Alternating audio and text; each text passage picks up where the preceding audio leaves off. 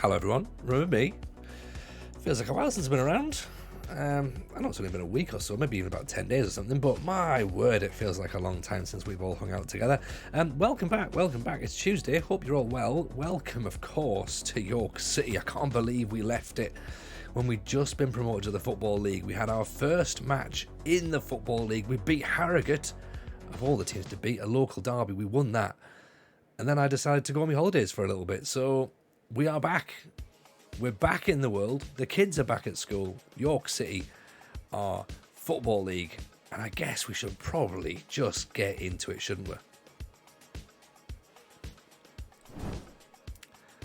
Here we go. This is us. Raggio in with 14 months. So, Raggio, appreciate that, my man. Very kind indeed. Hello, Lemon. Welcome back. Hello, the legend. They say good to see you as well. Cosmo Bob, of course, is in lurking as well. Armada as well says, come on, Sally tonight. Damn right. Monda Boys against a little team called Real Madrid. No one's heard of them. They're not very good. They're not York City either, let's be honest. Holiday was good, thanks, Raggio. It was good. It was a weird one, though. Proper weird one, right? So we started. We'll do a little bit of chat before we get into it properly, but we turned up. First day, the accommodation was shit. So bad. Like, there was the bath panel had been smashed in and had been masking taped over. And not like masking taped over that day. Like, this had been for a while, right? This had been there for a while. So that was that issue. In the front room, the sofa had been busted up, so they had exposed metal. Now, if you've got two kids, like 2 and 4, you don't want exposed metal on a sofa. And also hadn't been cleaned. That was the least of the problems, right? And then the actual accommodation itself was just a bit grotty, right? So we rang up. It took us like 6 hours to get down or whatever. And you said last we saw us were in Indonesia. Man, you have missed a lot then, Hala. We did Indonesia. We won the Indonesian League. We won the Asian Confeds Cup. We won the Indonesian League Cup as well. That was fun. We did a little bit of journeyman afterwards. Went to Italy. We killed a wasp. We then came back and started a journeyman career in the UK, which is where we are now. So we're 7 seasons in. We're York City. We've had back-to-back promotions. We won the playoffs in National League North and then the playoffs in the National League, and now we're into Sky Bet League 2. So we've started our Football League journey. We don't got much time until FM23 rolls around, so we're going to have to properly motor on despite the fact we've been away from it. So yeah, so the holiday was a little bit grotty, right? And we thought, right, fair enough, we need to try and complain about this. And Mrs. J is brilliant at complaining, brilliant at it. And so, you know, we put our points across and said, look, you know, this isn't acceptable. We're taking us 6 hours to get down here. Kids are trying to go to bed now, like what we're meant to do. And the lady that we spoke to, who was sort of the point of contact at the accommodation, she was lovely. She was just like, look, you know, I'll try and do whatever I can do, but you know, ultimately whatever she could do wasn't going to be enough in my eyes. But then again, we're stuck. Like, we can't just go, right, we'll fuck off home. Like, you know, it's taken us 6 hours to get there. Like, what are we supposed to do? And so we spoke to the company that we booked it through, and they were like, well, we can move you anywhere else in the country. And we're like, okay, I mean, let's talk about it. That's not so much a bad idea.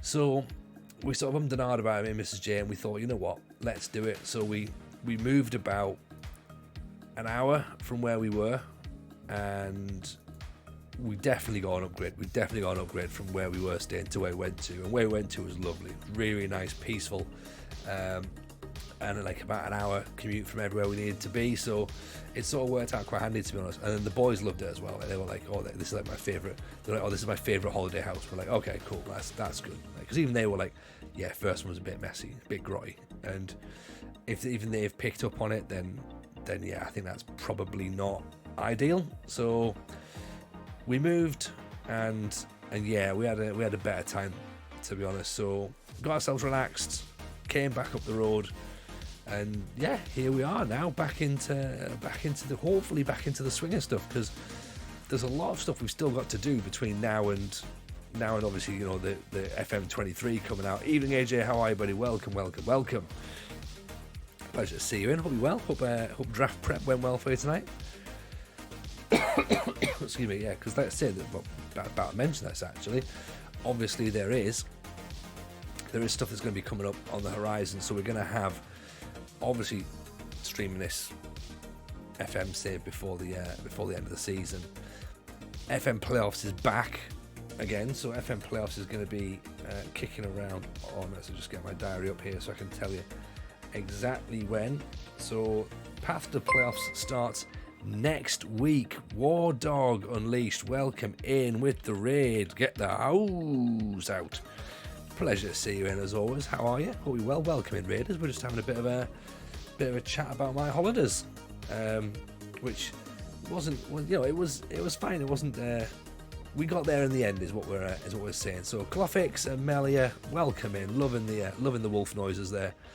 Welcome in. Of course, if you want to drop a follow, please do feel free to drop a follow. And of course, we've just given a shout out there to War Dog. All good, thank you, mate. All good indeed. We're just literally just chilling, getting ourselves back in the zone.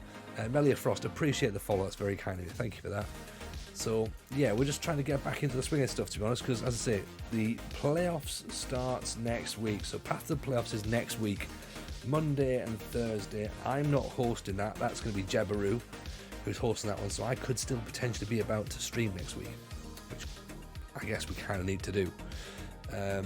So we've got that. Then the following week, there's nothing really happening the following week, so we'll be streaming as normal.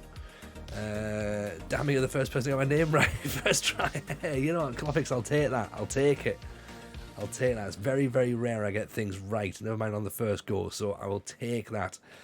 Yes, League 2 indeed, War Dog. We did back-to-back promotions. We've got the National League North playoffs final victory and then the National League playoff final victory as well. I'll let you into a secret though. I have been uploading the VODs to like a live YouTube channel that I've got. So we've got like a TGFM live, which will properly launch at FM23. So it's kind of like going to be like a soft launch now. Like I'm just getting stuff there just so it's ready to go. I didn't put the promotion up, put the wrong one. I ended up putting a fucking draft up instead. So by the time I realised, the VOD had gone. So I was just like, oh, typical. So that's why we need to practice this sort of stuff now for when next year comes out, and like, you know, we have to be like super slick and professional and stuff, and on the ball. So so that's it. So next week we'll be streaming as normal, and the week after, of course, we'll be streaming as normal. The back end of September is going to be a bit of a tricky one because I'm away for a couple of days during that, so we probably won't get a stream as regularly during that. Then October we're back into it, and of course the second week of October, that weekend is the playoffs. So we're going to be busy, but I think we'll be fine. I also, somebody may have seen on Twitter tonight, I've also bought F1 Manager. I feel as though everyone else seems to be having a really fun time on it, and it just seems like the sort of game that I could probably get wrong pretty quickly as well, to be honest. So I thought, let's have a little bash at that. So we'll see how it goes. We might chuck a couple of cheeky streams up with that as well. So we're doing, we've got a charity stream on Saturday night. I don't normally stream on Saturday nights, but there's a stream for the Samaritans. So we're doing 8 till 10. And I put out on Twitter, like, oh, you know, what should we stream? Should we stream FM? Should we stream City Skylines? Should we stream F1 Manager? But the majority of Twitter said FM. But I kind of felt as though this would have been the moment to try F1 Manager. So we'll see. I might overrule Twitter. We'll have a look, you know. Still trying to resist F1 Manager. Everyone I know is playing it. I'm still trying to love FM. Well, hey, look, I still love FM. I still love FM a lot. I had a week off. This is my thing, Wardog. I had a week off. Obviously, we've been on holiday. I took the laptop and I didn't even open it. I didn't even open the laptop for a week. And I've come back and I feel great. It took me a couple of days. Even when I first came back, I loaded up. I've got a rebuilding villa save that I'm trying to do on my laptop, and I stared at it for the first day, and I was like, oh, I don't know if I fancy this. But I loaded it up the other day, and I think, yeah, you know what, I'm all right on it. Yippee-yi-yay, Clofix. Oh, you Villa as well, Clofix? Because I was until Gerrard turned up. So this is kind of the whole reason I want to do the rebuild. Big Hughes, of course he's there, man. Of course he's there. He's crushing it. He's got 20 goals in 27 and 12 in 32. So getting the goals in. What do you think then, Clofix? Talk to me about Evening Inky. How are you, buddy? Not feeling a huge wealth of confidence in Gerrard. No, mate, not at all. No confidence from me at all. He's like, the thing is, I didn't think it was the right appointment in the first place, and I said from day one, I was like, this is not going to go well, right? And of course, loads of people are like, oh, it's from Steven Gerrard. Of course, it's gonna be brilliant. Like, you know, he's a legend. Battle of the Sackins this weekend. Foxy, my man. Everybody, if you're not following Fox in the Box, why are you not doing so? Drop the man a follow. Welcome in, Foxy. A pleasure to see you as always. Battle of the Sackins, indeed. Yeah, El Sacchio this week, innit? Brendan versus Gerrard. There was talk in the press this week that they're trying to get Rodgers out before the game, apparently. So, I mean, that would be interesting. I've got money on Rodgers to go, so Villa could turn up, please. I mean, Foxy, I want Gerrard gone. How much have you got on it? And we'll see what it's worth. Because, yeah, I need Gerrard gone. I need him gone. I didn't care. I've had a year of not being interested in Villa, and it's been brilliant. Genuinely, my Saturdays have been so much better. My head's better. My mental health's better. I'm not getting wound up about football. I don't particularly like the Premier League. I don't like anyway. I think the Premier League is a bit horrible and a bit shit, and it's just too much money driven, and there's no love there, right?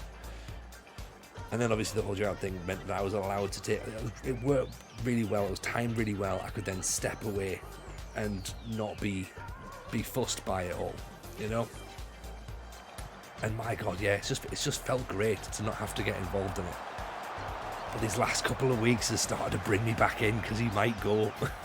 I'm like, oh no, I'm gonna get sucked back in. I'm gonna end up being a Villa fan again by the end of the year. It's horrible. It's horrible.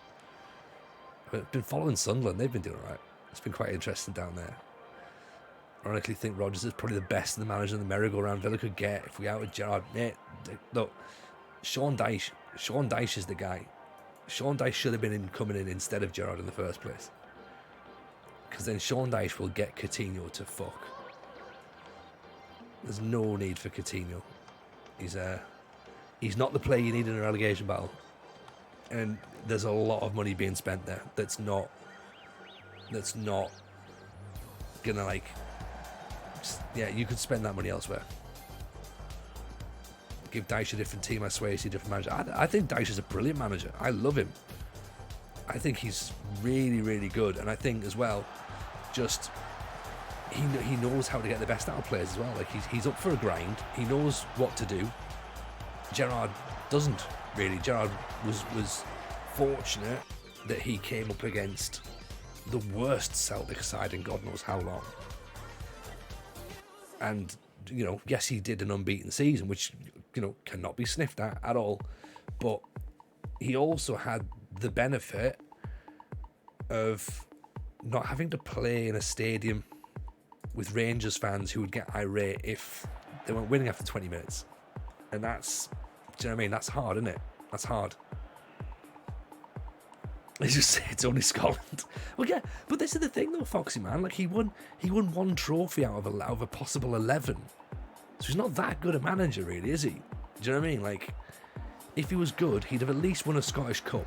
He should have won a Scottish Cup at least. So he should have had at least 2 trophies. 3 if you think he's there for 3 years. Like, Brendan Rodgers did the double treble, didn't he? Or the treble.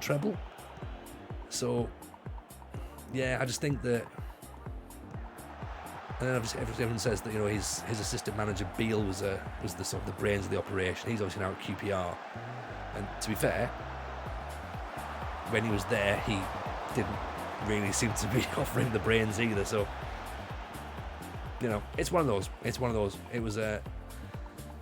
It's a Purslow vanity project that unsurprisingly has gone wrong. So hopefully the nightmare will come to an end soon. Making Rangers not stuck in Scotland is basically let's not fuck it up. It's a harder job to get wrong than it is right. Yeah, and I think again it was just perfect timings, wasn't it? The perfect storm. Declan Weeks normally finishes them from there. This is a cup game, by the way, against Lincoln, so I've got a feeling we're going to end up going straight to penalties, maybe. Just realised that FM's very much in the background here. Chelsea lost. Who did they play? Who are they playing, Foxy? Zagreb. Wow. Tuchel's not having a nice time, is he?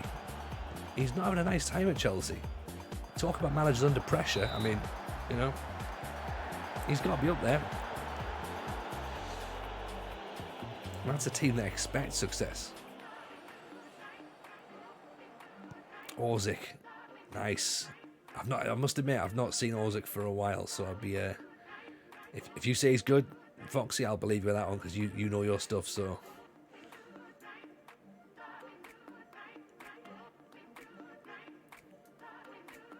Tuchel's a character, though, more pissed off he gets the funnier he is. It's like shaking a hornet's nest. He is. He properly is, though, isn't he? Like, he loves it. He properly loves it. Salzburg ACs. Oh, it's off the post. Yeah, no worries, man. Yeah. Salzburg Milan's going to be a cracking game. Yeah, don't worry, man. You pop away. Bradders has missed it. Fuck's sake, Bradders. Come on. Does nobody want to win this penalty shootout? Even after the first kicks. Swan in the bottom corner. Dylan McGinn's good enough for the Premier League. That's a ball one. That's a ball one. Terrible penalty from Matty Langstaff. Macaulay Langstaff, I should say, sorry. Isn't good enough for the Premier League. He's 2-1 footed on as one trick. Him and Ramsey go missing. Drags the CDM out to cover, force the centre-backs to sit central, which then leaves our full-backs with no cover at all. It's Palace, Cash and Dino 1-on-1 or 2v1 every time Palace came forward. Yeah, you know what? There's... You kind of make some points there. McGinn, I think, is a bit of a tricky one. I think the thing with McGinn is that because of how little support he gets in the midfield, he's often out of position because he's having to cover for extras. That's where I think he looks like he's a bad player in the Premier League, and it is because of the fact that he is trying to cover essentially the gaps. These penalties have been awful, you're right, War Dog. Absolutely awful. So we're going to go out on penalties unless your man's going to miss this one. So yeah, but he could be sold. He could be sold. I think that it was a bit of a dick swinger move as well by Gerrard to strip the captaincy off Tyrone Mings and give it to McGinn. I think that's not exactly helped the situation either in the short term. So there is that. Because, McGinn, like, Mings hasn't really done anything wrong. And then, all of a sudden, he's got no captain's armband on him. He's not even in the team. Gives it to McGinn, who, again, is already having to work under pressure regardless. So, yeah, it's just bad man management is what it looks like, So, Lincoln City have beaten us in the cup. That's fine. We don't need that. Antal Ortharzen. Can't even pronounce his name. That's probably not a good idea to try and sound, is it? But he's only 5'5". It's not really tall, is it? But do say baller. So yeah, maybe he's gonna be alright. So Lincoln in League 2 as well. So that's fine. So we lost to a side who's in our league and gave it as good as we can, but we took them the penalties. So it is what it is. Jean-Daniel Flament, 21-year-old French midfielder, formerly of Hartlepool, Scarborough and Scunthorpe, of course, because why wouldn't he be if he's French? Nationally, understandably, he's going to be playing for all those sides. Let's see if he comes on trial, maybe. We don't normally play with wingers, so it might be a bit of a waste of money, but we'll see. I never replace captain and vice captain when I rev at the club. I don't care how poor they are. I always let them see out the season. Otherwise, you're undermining your leaders. It's not going to do any good. Exactly. Why would you upset the apple cart? Did he wash up on South Shields Beach? Quite possibly. He's gone back to Scarborough though. He obviously likes it there. They must have good arcades, so he's happy. Mings is the scapegoat. He gets the blame because he has the band, and then he gets dropped, and our defense turns into wet cardboard. So it's like Begin got the armband to put the spotlight on him because Mings doesn't need it. Yeah.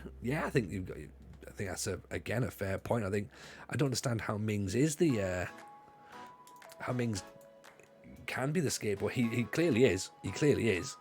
But it just seems like a really weird person to make the scapegoat. Yay! Legends House assemble. Welcome to the newly appointed full-time creator, the Mad Scientist. Give the man a follow. Drop him. Give him some Patreon money as well, by the way. We should also mention it is September. That's why we're mentioning that. September means if you do sub, I think it's 30% off on subs this month. Not for gifted subs, sadly. So still have to pay full price for those, or get around it by just using your Amazon Prime. So if you got Amazon Prime, link your Amazon Prime to Twitch. It's free, costs you absolutely nothing, and you get a sub to any creator you fancy. This guy. And then we get a little kickback on the channel, and it goes to start making things better. We put as much money in. Basically everything we make goes back into making the stream as good as we can. So we've obviously previously bought everything you see here has been bought via Twitch subs money. Cameras, lights, microphones, stream decks, the actual rig itself that we're playing on has been purchased via the money that we've raised through subs and donations. Of course, we're very, very appreciative of that. So yeah, if you can afford it, of course there is a cost of living crisis on, so don't go and make yourself skint that. Don't do that. But yeah, if you can afford it and you've got an Amazon Prime, just stick it our way. We'll give you some content back. But yes, I am back, Mad Scientist. Appreciate there's a bit of time off for holidays and stuff, but we are back now. Hopefully having a nice time. We've already lost our first game in the cup, so that's not great, but we sort of talked through that, so we weren't really that bothered. It's the Carabao Cup. We're not going to win the Carabao Cup. We need to stay in League Two. That's our mission for this season. So we're coming up against Gillingham, who are League Two calibre, League Two pedigree, and they've already got themselves a goal 8 minutes in. Wardog need to go make some food. Coming off a high tonight, took over Slough in mid-January, 20th place, feared a relegation battle.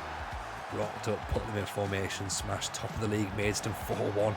Oh, get the champagne out, Wardog. You've done it then. You've done it. You're on to an absolute. You're just going to ride that wave all the way home. No relegation for you whatsoever.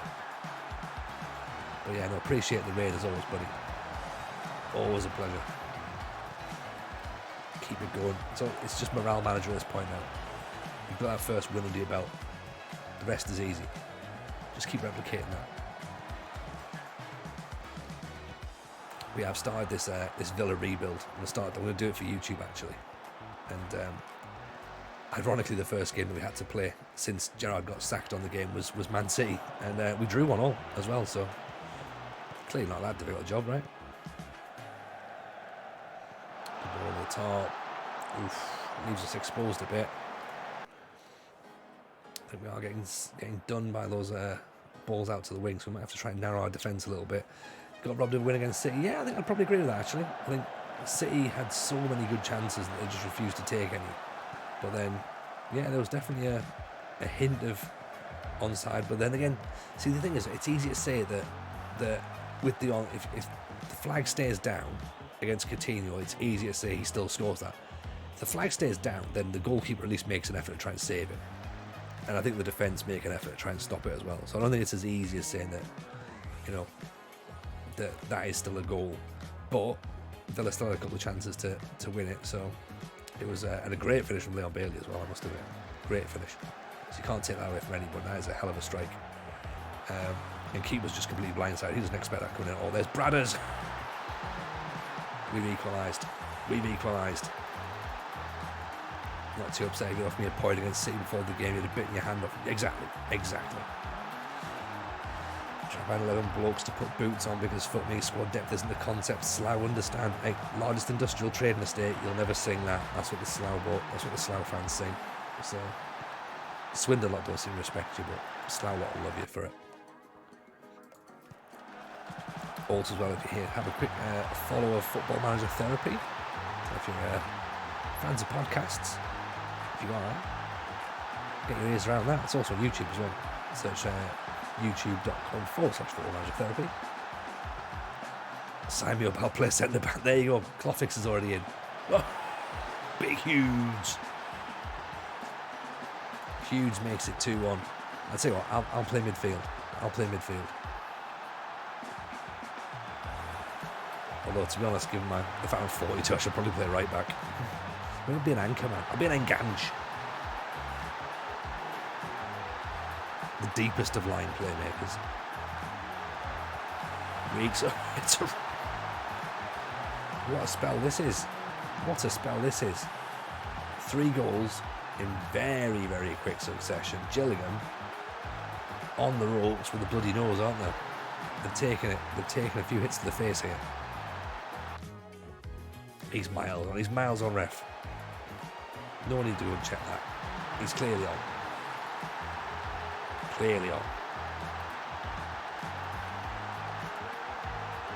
The deepest playmaker. Imagine your goalkeeper being a playmaker. Yeah.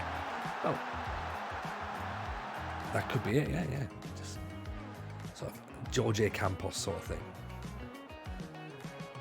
I guess in a sense you could have had Schmeichel as a playmaker, couldn't you? Because he used to be pretty good at that sort of that quick throw distribution. Used to get attacks going pretty quickly. So in a sense, you know, if you modelled your goalkeeping style on Peter Schmeichel, then maybe that could be some sort of playmaker in a way. But I don't know. It's like Jorge Campos, who was a frustrated striker who played in goal. Used to like bringing the ball out. Renny Higuita as well was pretty good at that. Basically just midfielders. Jose Sarr's distribution's pretty good. Yeah. I tell you what, Pickford's as well, mind. Pickford's distribution's great. He's off. Fox has gone. What are you doing?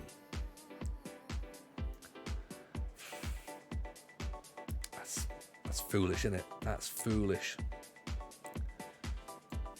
Right, Hughes is on 2. Maybe bring him off actually.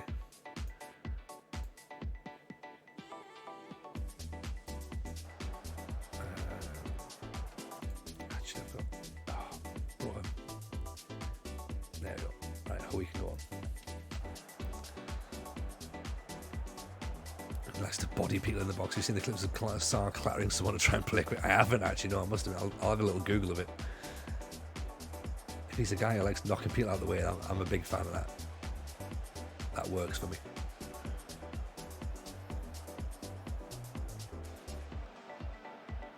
There we go, 3-1. Look at that.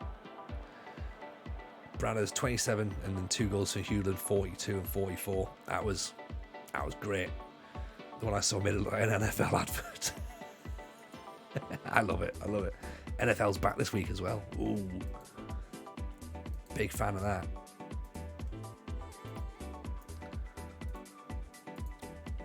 I'm not sure if we've got any other NFL fans in the chat tonight. If you are, let us know your team. Also, let us know who you manage on FM as well, by the way, because if you are brand new, obviously people who've come from War Dogs stream, it's always nice to find out who's in tonight. Let me know who you manage on the game. Also, let me know what you're looking forward to for FM23 as well, or what you'd like to see in FM23. I know there was a leak that had gone round today. It's not a leak. It's horse shit, isn't it? Let's be honest. But yeah, let me know. Let me know what you're looking forward to, or what you'd like to see in the next game.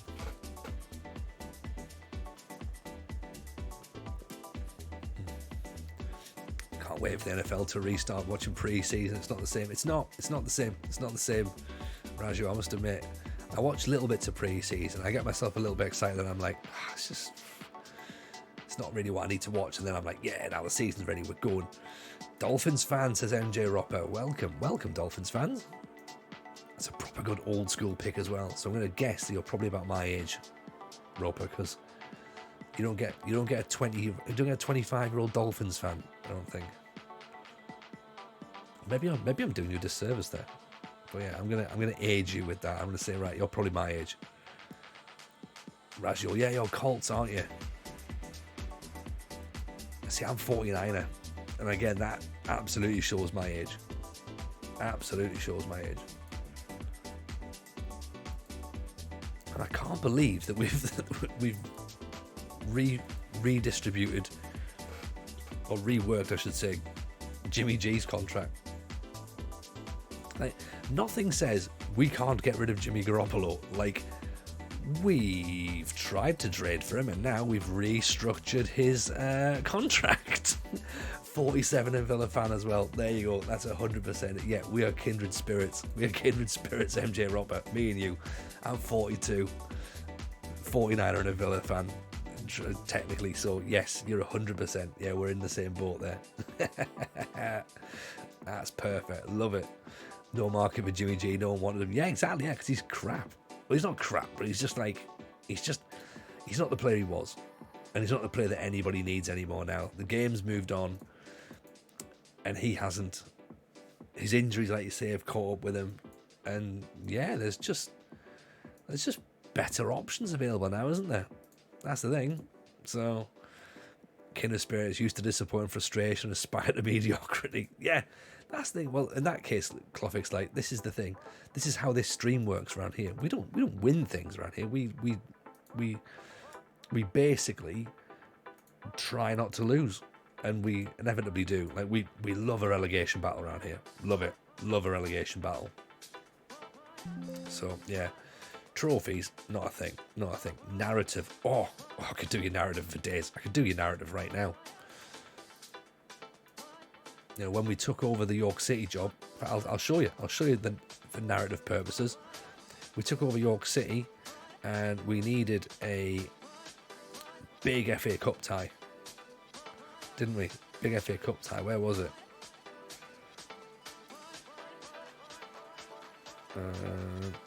There it is. Big FA Cup tie. We got drawn against Aston Villa away. So fair enough, we got beat 5-0, but hey, we got a lot of money that day. A lot of money. So we were well happy with that. Made our way all the way to the third round of the FA Cup, and we thought, right, let's just see what we can get. That came out, and I was like, yeah, that'll do. Shoulder injury can end a quarterback. No idea what we're like after surgery. Yeah. You need your shoulder. I just think that we've got Trey Lance. I think that they'll look to start him. See how he gets on. Marciano, welcome. Not seen you around for a while. Bear in mind, I've also not been around for a while. But lovely to see you. Hope you're well. Nice to have you back in, of course, as always. Cloffick's Midlands narrative. Blues fans convincing Villa fans. Every other fans hate the Villa reality. Blues versus Villa is a derby. Baggies versus Blues derby. Wolves versus Blues derby. Villa versus Wolves is a sporting derby. But no real rivalry. Exactly. And the thing I've got here as well, see, because obviously, like, you can probably tell from my accent that I'm not Midlands at all. I'm from the northeast, so essentially my proper football upbringing was Sunderland. So for me, none of it's a derby, really. Like, unless you're looking at Sunderland Newcastle and they go, that's a proper derby.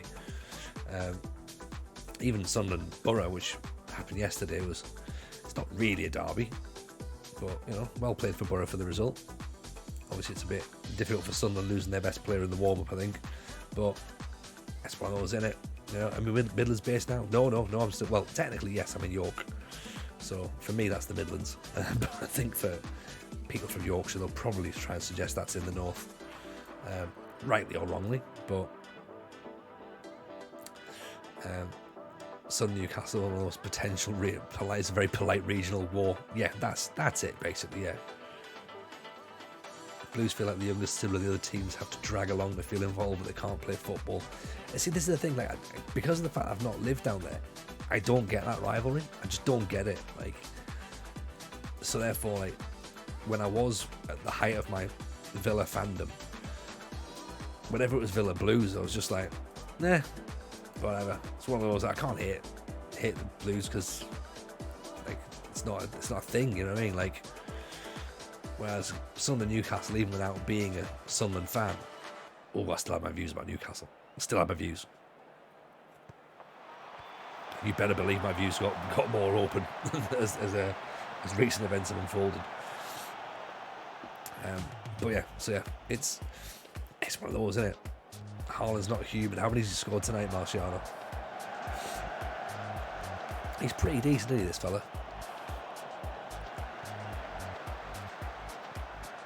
Oh, Hughes, great feet. Oh, just the one. It's not worth playing, is it, if he's only scored one goal? Unplug him from the Matrix. The thing as well, like, I was reading this the other day, and it's absolutely true. When the World Cup happens, he gets 6 weeks to rest. How frightening is that? How frightening is that? Oh, we can't get beaten at the near post. Disallowed. The rivalry was hot when we played each other regularly, but due to how badly the board has trashed the Blues, haven't been able to keep up. Yeah, there is that. It is difficult, isn't it? But then again, that also adds to an extra bit of anger, a bit of aggression. Like when they're in when both teams were in the championship, it was horrible to watch. It was horrible. Like that moment when Grealish came on and when Grealish got punched by that fan. It's like cocaine in the early morning football matches do not mix. We still got Langstaff. We actually re-signed him, so he obviously originally starts at York, but by the time we came to manage York, he was someone who was available. And I was like, well, maybe we'll get you Langstaff in. And I was like, of course, he used to play for York, didn't he? So yeah, he's been with us for a couple of years now. So, and he's done really well. And again, that's a great finish. Right before half time as well. Yeah, you don't want to see your local rivals get dismantled. It's quite sad to see, you know, smashing it at knots in real life. Yeah, I'm glad about that. If he's doing well in real life. Game was poetic justice, gets punched by a fan and scores the winner. Yeah, and then booted up a height all through the match as well. That was the making of Grealish, to be honest. That was the making of Grealish. So that game he grew a lot. He grew a lot as a player. And yeah, that was the moment, I think, that he was like, right, now I can push on to the next level. So I have to go a little bit more positive, I think. Langstaff, Andrews, big Hughes off the underside of the bar. Oh, I'm worried that this might not be our day. Deep line for, let's make Hughes a target for it, shall we?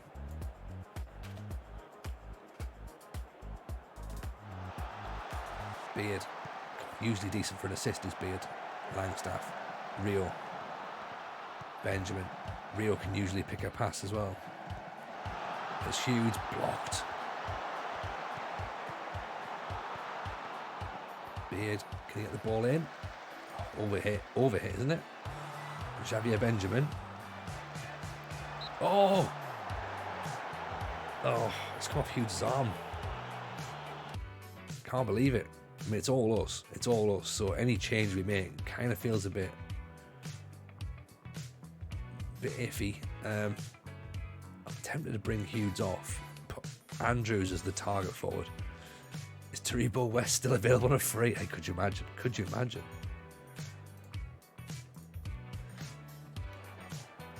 Glad to move Chuck out after all the drama. Yeah, that was a bit of a weird one, wasn't it? That was a weird one, that one. Yeah, a good player, but definitely didn't want to be there. Definitely didn't want to be there at all. Taribo West must be about sort of 50 or something? 52 maybe or something now? I'm not saying that he wouldn't necessarily be in the database, because he might be. Cameron Archer on loan. Oh, what a strike that is. Yeah, Maxim Segalko, RIP, obviously. Worst Christmas day ever, that, wasn't it? What are we going to do? We're going to lose to Mansfield here, which is fine. Yeah, it's one of those, isn't it? 1-0 defeat, not a problem. We're going to lose games. We're going to lose games. We're going to win games. We're not going to panic too much this season. Just keep the shape, keep the basis of how we want to play, and try and really only make like sort of minor tweaks is sort of what I'm thinking. Carlisle away. Obviously we'll have to do quite a bit of squad rotation as well, because the games come thick and fast. The games come thick and fast. Here we are, 300 games into our tenure now. We've got a local derby up against Carlisle. Localish, I suppose.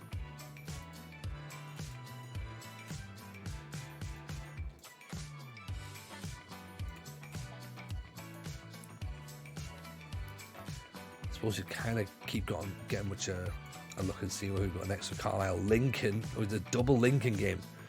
Obviously they've beaten us on penalties already, so the League Two, and then we play them in the Papa John's as well. So unbelievable. I haven't seen much of Archer. A little bit of Preston. He looked pretty decent, to be honest. Maybe not Grealish level, but natural instinct for goal. Proper poacher. Yeah. I think he looks decent. He looks decent. Get him some good supply, and then I think he'll certainly score goals. But it's like everyone. Like everyone looks good. It sounds like everyone looks good early. The question is, like, Darius Vassell looked good when he first broke out. You know, and it's that thing. Well, what can he do? You know, like 5 seasons in, 6 seasons in, is he still looking decent at that stage? And that's when you need to start looking at those players and thinking, right, okay, is there a player there, or is it just a bit of potential? And you know, there's always going to be players who are sort of like look great at first of all, then they die off a little bit, then they reignite again. Some players, you know, burn fast and you know, burn quick, and that's it. But you never know. If you know, he looks like he's got a bit of ability about him. But then again, the same would have been said for Keinan Davis, I think, when he sort of first broke through. And obviously the Stephen Moore and Luke Moore. So, but end of the day, if he's gonna be a decent player, that'll be good to have another decent young player come through. Davis is decent, but I don't think Davis is as good as people were claiming he's going to be. And I know he's a different player to Archer, so it's going to be that thing. Like, Davis actually benefited from bulking up and becoming a bit more of a physical presence. I don't think Archer should do that, to be honest. Davis reminds me of Heskey with pace. Yeah, old school centre forward. Yeah, exactly. Yeah. But I think when he first came through, he wasn't quite like that, was he? He was great on loan at Forest. He was absolutely brilliant at Forest. I think Forest really suited him.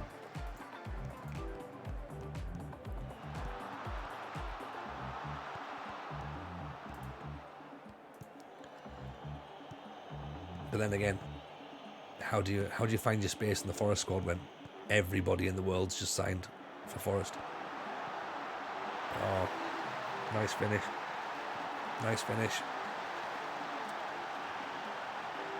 Yeah, 15 million is not really a lot of money either, is it, to be honest, at that? So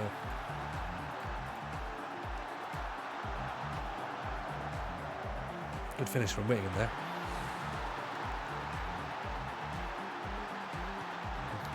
Sevilla attacking a bit better than Forest did.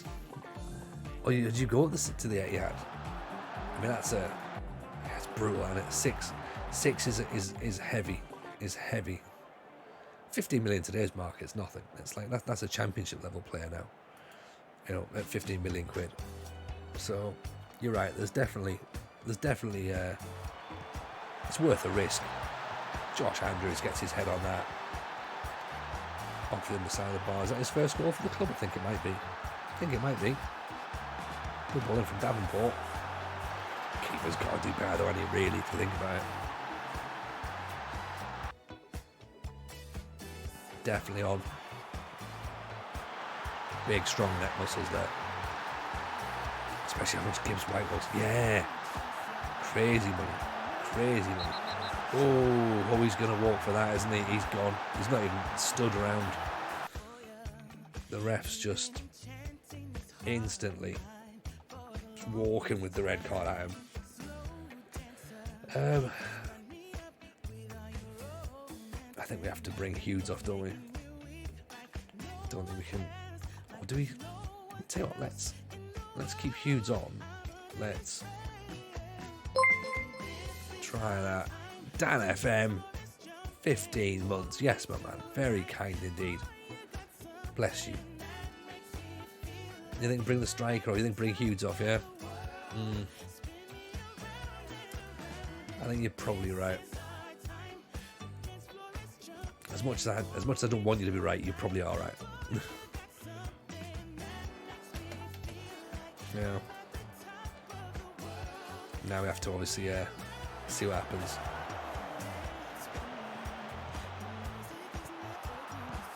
Four, 1, 3, 1. Yeah. Good block.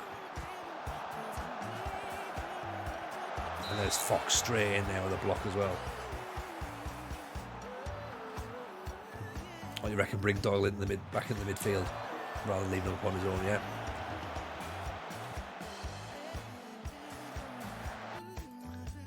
Yeah, so bring Doyle back in here and have him as an AP essentially. Or maybe a centre midfielder on attack possibly.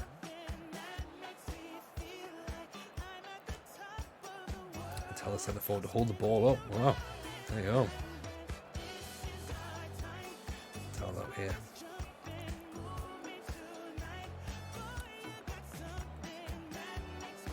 Where you got dribble less.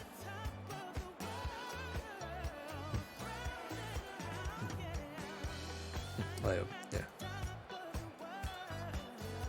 Can't really do that, can we? So if we do it with DLF maybe. Yeah. Make it like that. That'll get him to hold the ball up. Yes, as well, if we're positive, we can stay positive. We could go balanced if needs be as well. If it's looking like we're pushing ourselves a little bit too far forward. Kim Alexander, maybe need to keep a little eye on him. We do have an option for Declan Weeks, maybe. Come on. He's playing well, but he is tiring. So yeah, let's bring Declan on. Do that. And just shore up that midfield a bit more. Oh. Highlight with 4 minutes to go. I think I've made the wrong mistake here. I think I brought the wrong player off. Ooh, that was a little bit too close for comfort.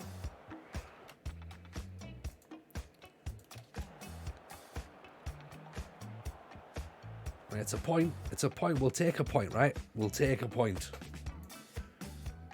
If the keeper's made that save, then that's a hell of a save, innit? If it's hit the foot of the post, then we've got a bit lucky. So, what do you reckon?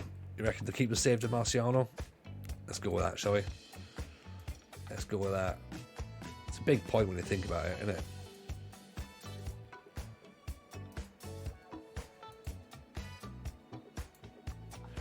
Look like a save. We'll take a save. We'll take the save.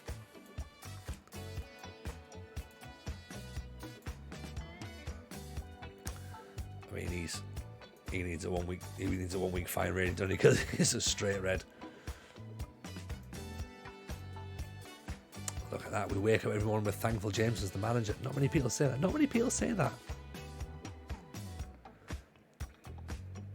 Refereeing in England isn't good. He's probably right, to be honest. Let the keeper have it. Let him be happy. Yeah. Good point. Good point. What a save. What a save by the goalkeeper. King Eli, welcome back. Long time. Hope you're well. Very well. I'm very well indeed. Thank you. Hope you're well as well. Also, nice to see you in. What's been happening in your world? You're a dad now. Congratulations.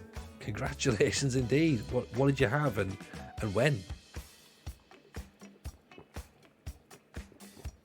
And how are they as well? So many questions to ask. Probably had a baby, yeah, probably, yeah. Unless he's one of these ones who goes, oh, I've got a dog. And it's like, no, you haven't got, that's not a baby. It's not the same. Jack, 19th of August. Congratulations, Eli. Wonderful stuff. Yeah, we've obviously still got we've got two young ones here, four and two. Terrible names. Someone else's joke. I can't have that one. Can't take that one. Can't take that as my own, unfortunately. But yeah, they're good. They're very good. Eldest one started school today as well, so it was like Mrs. J was like, I'm okay. I'm like, you're not, are you? She's like, no, I'm not. He was fine. He was totally fine. Obviously went in the wrong classroom. Of course he did. But it's all good. But yeah, no, happy for you to get Jack, man. That's good. Hope he sleeps well. Hope he eats well. Hope he's healthy. Hope baby's mother's done well as well. Hope she's managing okay. Also, you need to get some sleep as well. Sleep is a premium when you got a child. Start working again this Saturday. I'm a walking zombie. Yeah, that's the thing. Isn't it? McGregor hit the post for Celtic. There should be a few goals up against Madrid. Could you imagine? I mean, to be fair, you could, because Celtic have beaten Barcelona before, and they've beaten AC Milan before. I think. Have they beaten AC Milan? Possibly. So they could do it. You know, it's not beyond the realms of possibility.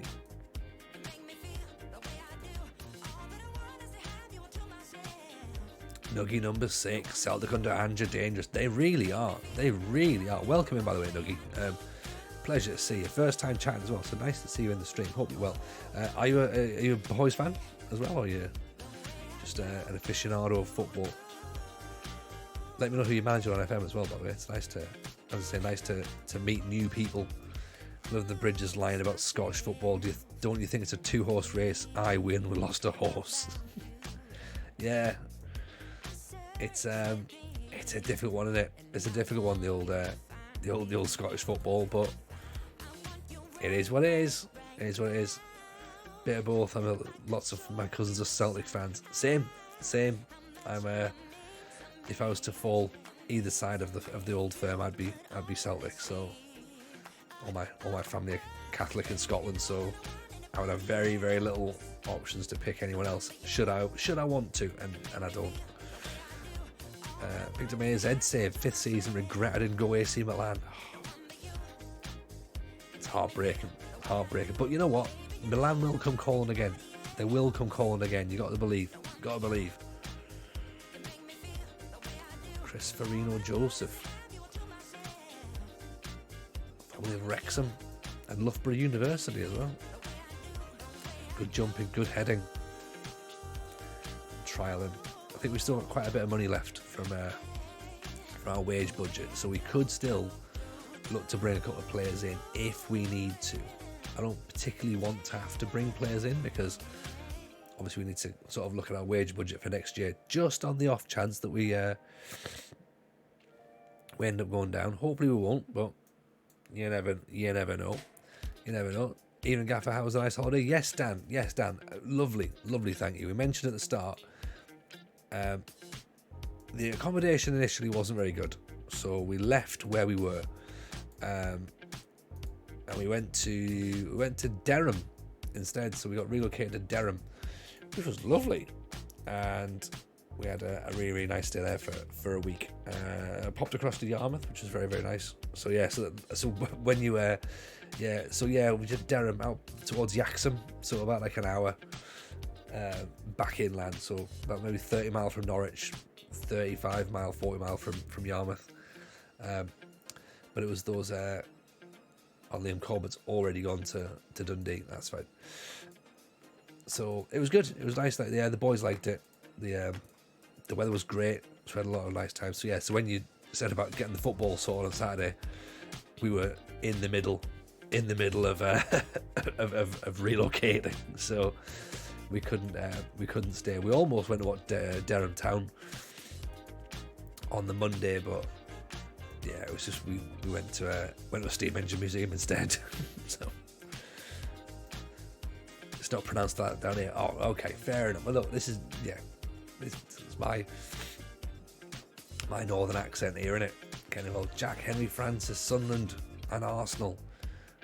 This is what we're talking about. Irish as well, so he's clearly going to fit in with the club. We've got so many Irish players here. We've got, look at that, £40,000 wage budget. We're spending 23 grand. So we've got money to bring players in if we want them. Kevin Gonzalez, we looked at previously, and again, he's not wanting to go. Nuggy number 6, got my own footy manager save on one screen and the stream on the other. Oh, who are you managing?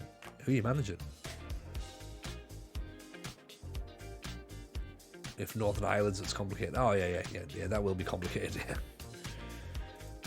I'm not even going to attempt to try and unpick that one. But yeah, I'll have to work out how phonetically it's spelt. One of them said on the phone to Mrs. J that it was Durham, and she was like, well, that's not round here, that's like 6-7 hours away.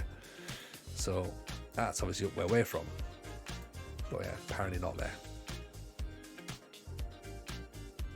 Durham. My ways, yeah. Durham probably sounds a bit more. That probably makes more sense. That makes more sense. It's definitely not how I pronounced it.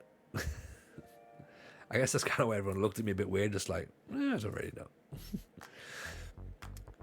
Nuggy 6, I'm an actual youth coach at Lisbon Distillery. Oh, man. That's awesome. I like it when we get real life coaches in here, because we have had a few. We've got there's a guy called Paul who is a coach in Norway. He's followed me on Twitter for a few years, and he's now started streaming. He's come and joined our Discord. If you join the Discord as well, by the way, guys, if you're not already involved in that.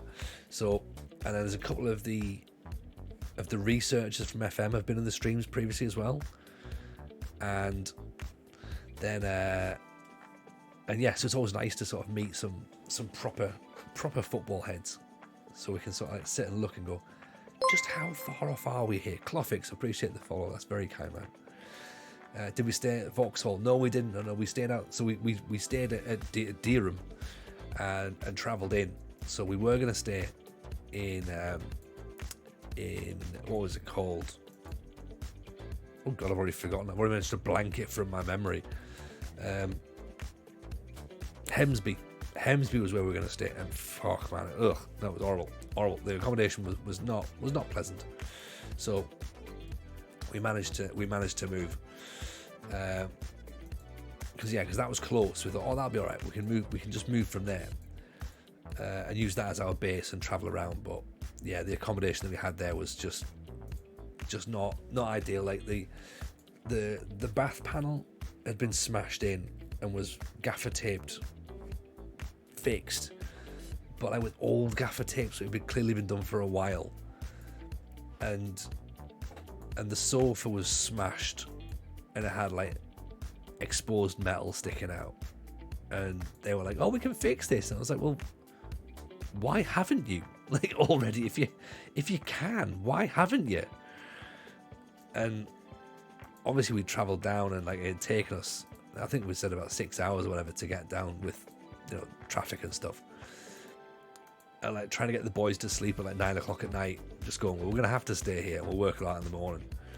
And yeah, the company who we booked through, they were like, look, you can either have like £100 compensation. We were like, that's not a thing, is it? 100 quid's like not worth it. And then like, or we can try and relocate you. So Mrs. J is really good at all that sort of stuff, and she was like, where can we go? And yeah, Durham was the option. So we thought, right, let's go. So we've loaded the car up, dropped the keys at reception. There was another family doing the same thing behind us. So we're like, all right, yeah, we don't feel so bad about this now. So yeah, away we went to Durham, and it was lovely. It was really nice, actually. As I say, it was a nice part of the world. Lovely little drive up and around the place. So yeah, it was good. Weather was great. So, and the boys enjoyed it. So that was the main thing. That's the main thing. So yeah, took the laptop, didn't open it at all. So coming back now and getting back into streaming has been quite nice. It's been quite therapeutic actually, having that bit of time away, because I think you can get too into it. You get far too into Football Manager and let it sort of like let it take over your life, I suppose, in a sense, Tony, can't you? You probably can, Tony. Yeah. Some people have suggested that before. Yeah, you can get a little bit too involved in it, and I think that this is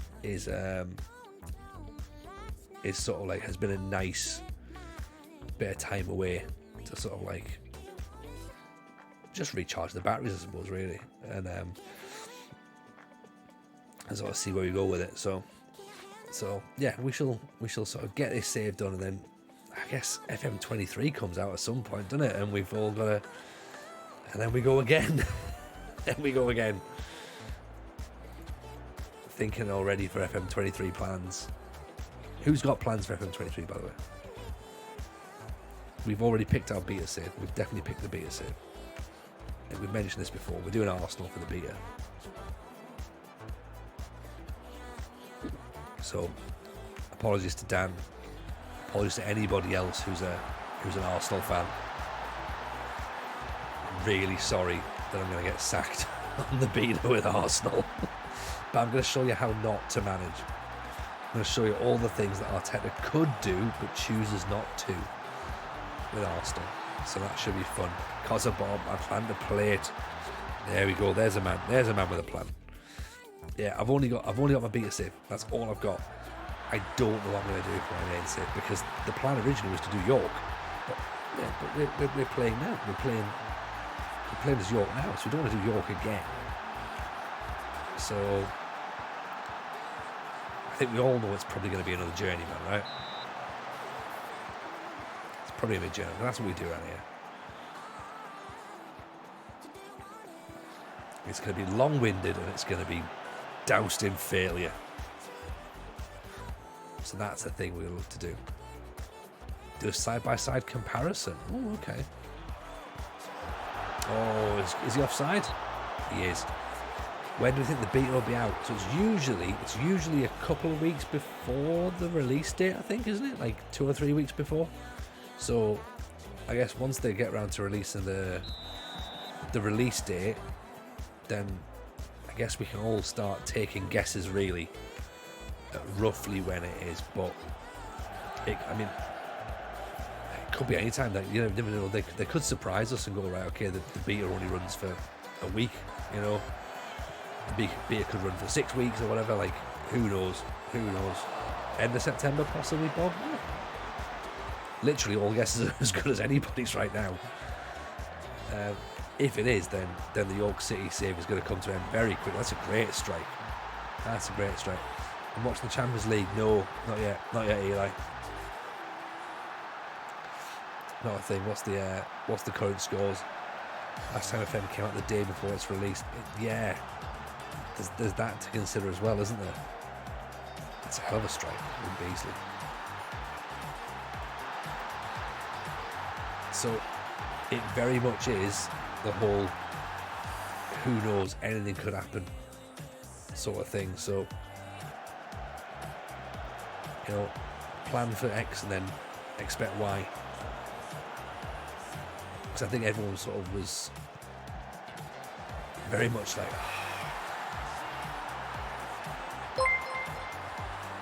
yes, Dave Goodger. Welcome in, buddy. Welcome in. 16 months of the spinning heads. My word, what support. What support, Dave. Genuinely appreciate that, man. Hope you're well. Give Dave a big follow if you can, do, everyone. You go for early November.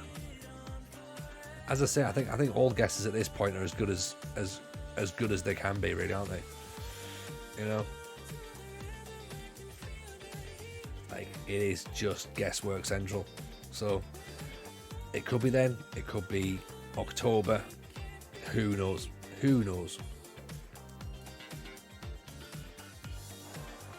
No idea. But yeah, I hope you're well, Dave. Hope I'm treating you good. Also as well, let me remember. while I'm here, as if I'm going anywhere else, you know what I mean? Forgot to mention, haven't we? Forgot to mention, there's a Football Manager Therapy live show in Nottingham. Actually going to be attended by people who've bought tickets. Get on that. Have a little look at that if you're considering an hour's worth of Football Manager chat. Myself, Rich Owens, special guests, and then after that we're all going to go around town, have a few beers, do a bit of an FM meetup. We've got people like the Mad Scientist is coming from Denmark, Dave Gudget is coming from Leicester, Tim Lewis is coming from Wales, potentially people coming from Ireland, Mozza's coming down again from Scotland, so there's a lot of people going to be there. It promises to be a cracking night out, to be honest. So yeah, come and hang out with us. It should be quite nice, to be honest. It's only 5 of the tickets as well, so disappointing again to lose to Lincoln. Lincoln have got our number, haven't they? Really got our number, and now we've got to play for them in the Pizza Cup next. So I mean, look, yeah, fine. Beasley scored an absolute worldie strike. Full-time creator, Mad Scientist. Yeah, exactly. He's going to be using his plane ticket as travel expenses, I think, to be honest. Clofix out of FM, but I'm a new, but he played a couple of games. It's a lot to take in. Any tips for a newbie? Yeah, best tip I'll give you is pick up one of the big teams. Pick one of the big teams and have a play around with it. Get used to that. So pick like Arsenal, Juventus, Real Madrid, Barcelona, whatever, Paris Saint-Germain. Get used to winning, work out how the mechanics of the game work, and then if that's not really you, then start going for what you think might be your thing. So, which could well be that you're into relegation battles. It could be that you're into journeyman careers. That's where you need to look. End up at Barry and Wales relegation battle, trying to focus on being hard to beat and sturdy. Played 3, won 2-1, 1-0, lost 2-0. Every game we consider penalty, keeper save 2. I mean, to be fair, ignore everything I've just said. It sounds like you've got it sorted. Already. But yeah, I think most people say start with the big sides and then work your way backwards. Right, are we going to bring some more players in? We could do. Charlie Wiggett, what are we saying? Could be League 2 standard. Where does he compare to everyone else? He's up there with Foxy and Almond.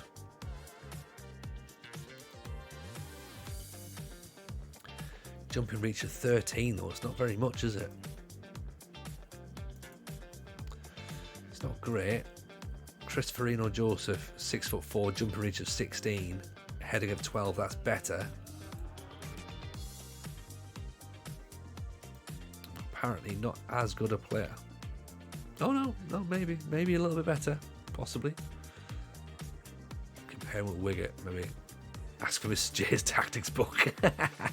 Hey, if Mrs. J's tactics book helped me out, then Mrs. J's tactics book might not be great, because we have had some terrible decisions and results, haven't we? This is all this terribleness here. This is all me. Right, Farino Joseph is the better player. At 27 years old, important player. 450 quid.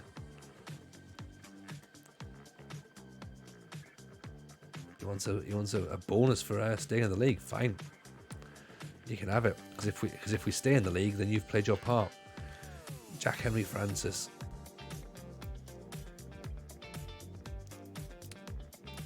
Could be a decent player. Aaron Berry. They reckon that he could be League 1 standard, apparently. I mean, Queen of the South are interested in him, so fringe player?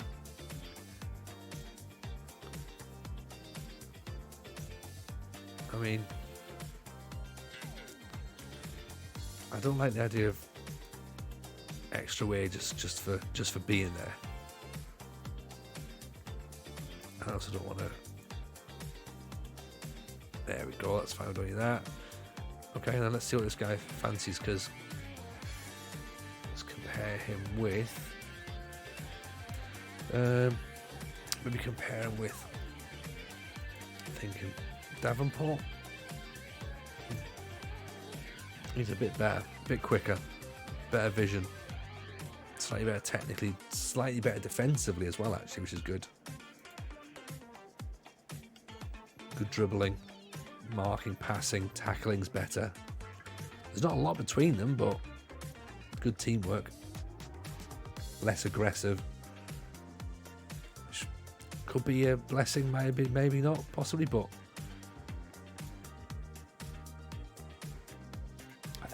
I think he's coming in at, the Tranmere want him, so again we could look to bring him in, try and get him on ground. Minimum fee release clause is fine, because at least he's doing well.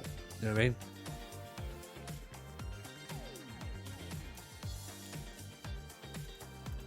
Right, 1,200 quid makes him probably the top earner at the club, I think. Miles Lieber, no. You're not going to cut it, are you?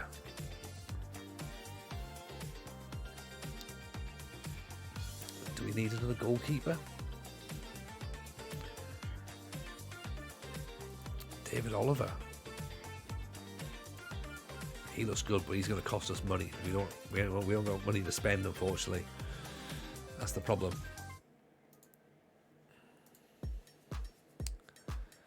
Bruce Griffith. No, doesn't look good enough. Of course, the thing as well, some of these players we've had on our shortlist since we were at Brackley, so they might not be the players that we need right now. Should really have tied our shortlist up as we gone along, shouldn't we? Should have done.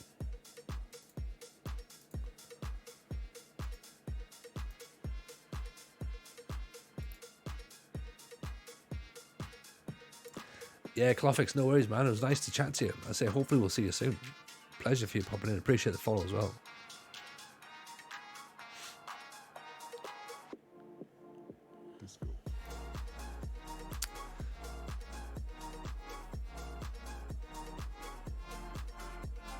I think we're probably all right now, to be honest. I think goalkeeper's going to be an issue. Norcott apparently has got a bit of potential, so could be all right. I guess Ryan Whitley's going to be the number one choice, so we'll let him do what he's doing.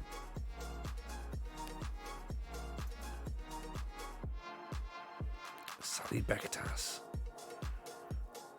an Enganç, a Turkish Enganç. I mean, that'll be fun, right? That'll be fun. Doesn't need a minimum, doesn't need any money. Excellent.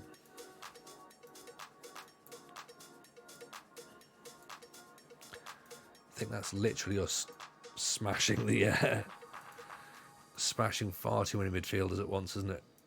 Jake Hull. Yeah, again, we probably can't get him in. I don't think, unless he's going to come in on loan. $1,000.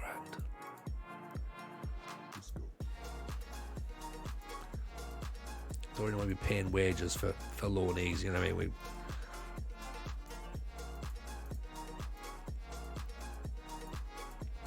I mean, I say that, we've got the money, we technically we could, couldn't we? But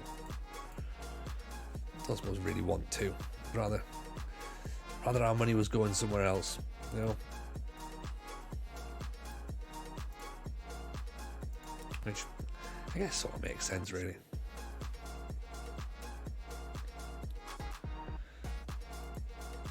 So registration window is open. We can sign 22 players. Right, okay. So I might have to unregister a couple of players as well.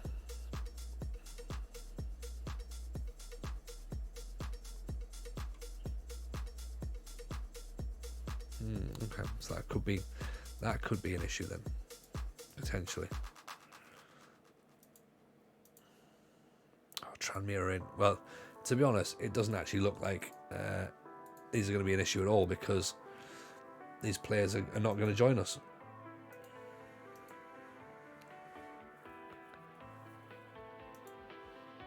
Bektas. Is Bektas going to be someone who's going to come in and change fortunes? We've already got Doyle in there.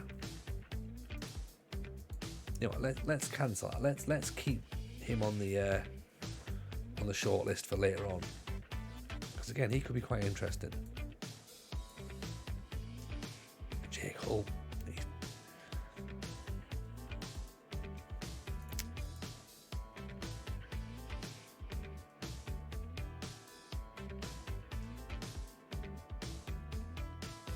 He could be worth a shout, actually, even with that money.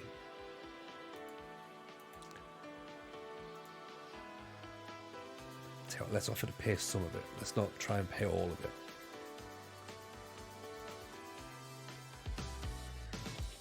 The worst thing to say is they want the whole thing, right?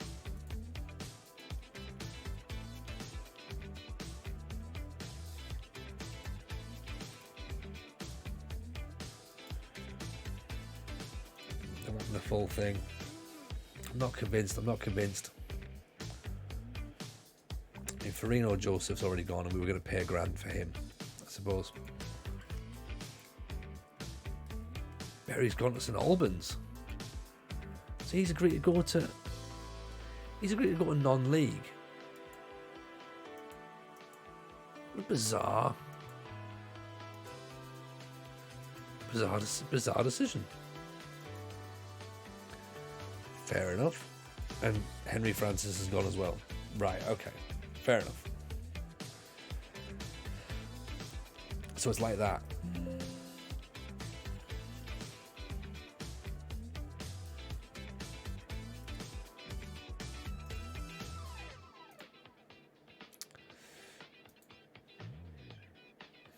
$1,000 for... Do we do that? $1,000 for a loanee? The thing is he's gonna have to play, isn't he?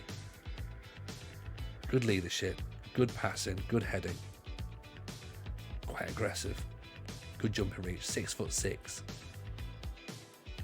Is he going to displace Patrick Almond, or is Foxy going to move to right back?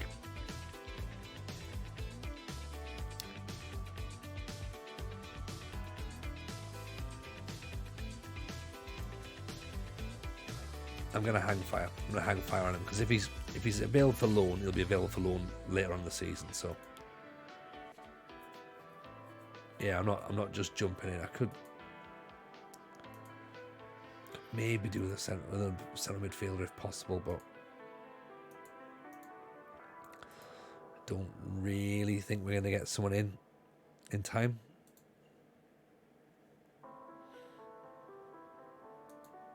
Maybe not someone who's going to give us what we need.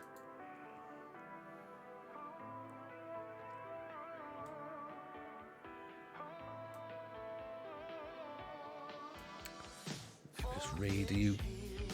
He's transfer listed. Is he going to be interested in going for loans? Again, £1,200. Centre back apparently.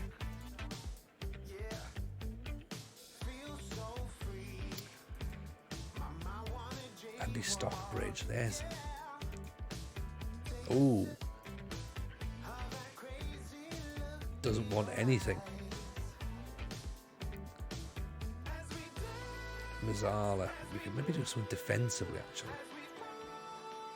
Now if we get someone defensive as well, and then I think we're done.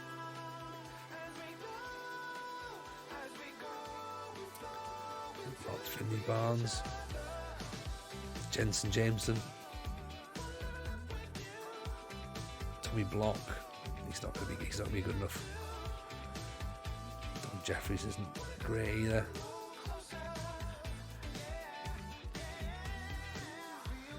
Daniel Gallimore.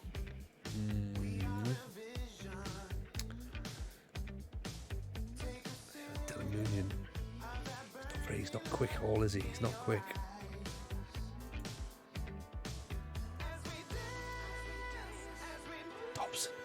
Thompson would be outstanding. Charlie Savage has already gone, so we're not going to get him. Pete Wars. See if he's actually available on loan for.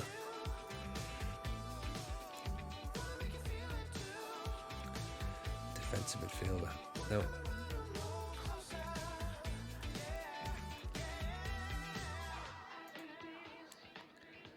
Ferrell Conte, Eric Kenko, named after the coffee, presumably.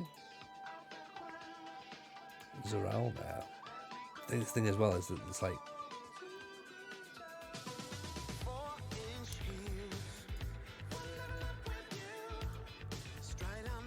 I don't think we're going to get a defensive midfielder in time. I think we have to do what we've got,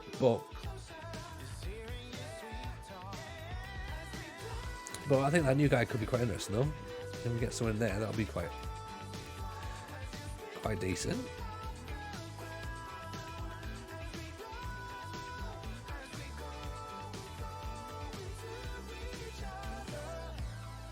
Lad coming in from QPR. He looks like he's got a bit of ability about him, so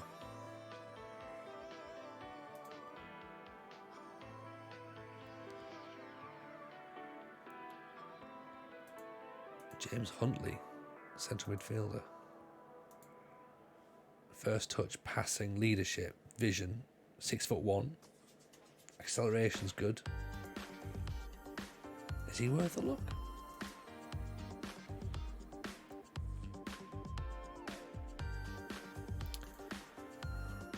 What's it like as a central midfielder? Not going to let him go on loan, so maybe not one for us then. Because yeah, we could do with a loanee. Taylor Caton.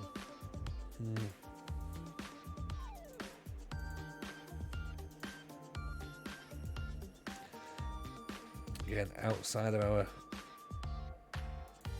wages. Well, outside of our transfer budget, I should say, sorry. Frank Maguire, Mazzala.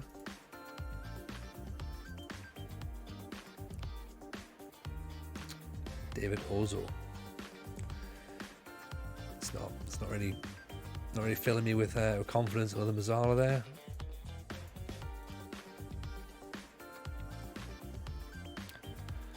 Richard Sykes.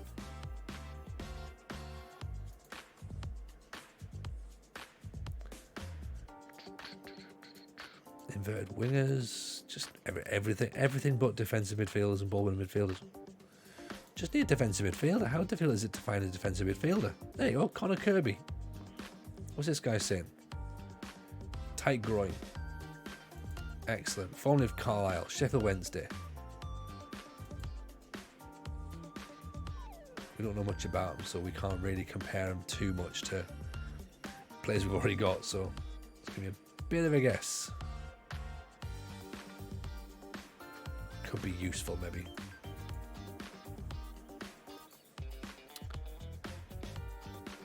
He's up there. Bulby, hope you're well. Welcome. All very good, thank you. Callum Guy, see, he is 30. Now, do we just add a bit of experience in here? Yeah, hope you're well, man. Nice to see you in. Yeah, do we add a bit of experience into the mix?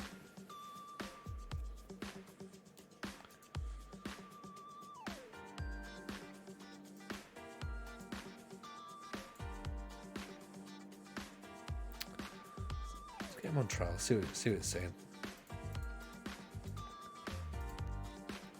I think we might not be able to make the deadline actually, so we might be stuck.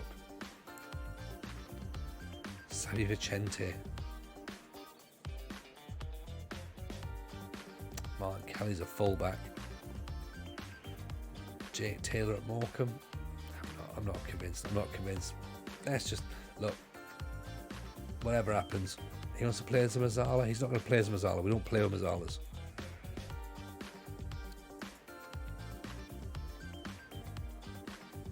mean, he may have to is the issue. Wigan have put a bid in for Xavier Benjamin. Oh dear. I mean, so the thing is, he's definitely one of our better players, but everyone's got their price, haven't they? Everyone's got their price. Deadline day. Let's try and just boost it up a bit, right? He's got a minimum fee release clause. Let's try and go for that. He's not kicked off about it. He's not said we have to go. Stockbridge has rejected the move to York. And we're going to withdraw the bid. Right. Okay. Fair enough.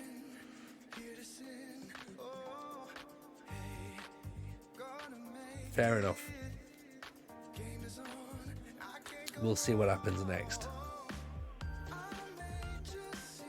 Okay, who's not been registered? Everyone's fine. We've already got registration. Good.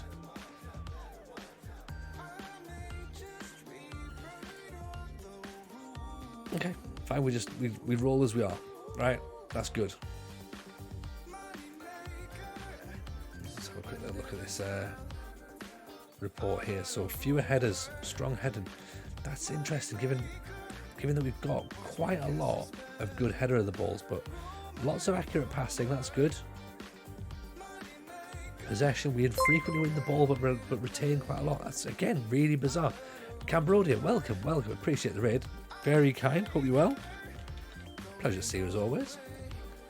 Welcome in, Raiders. Feel free to drop a follow on Cambrodia, my lot, if you've not already done so. How's your stream? Cambrodia? What were you up to tonight? Are you FM, and I take it? Let's get these scouts working hard. No expenses, I'm afraid. We can't reimburse you for train tickets. All good, thanks, Cambrodia. All good indeed. Hope you're well too. As I say, appreciate the raid. It's always nice to see you in.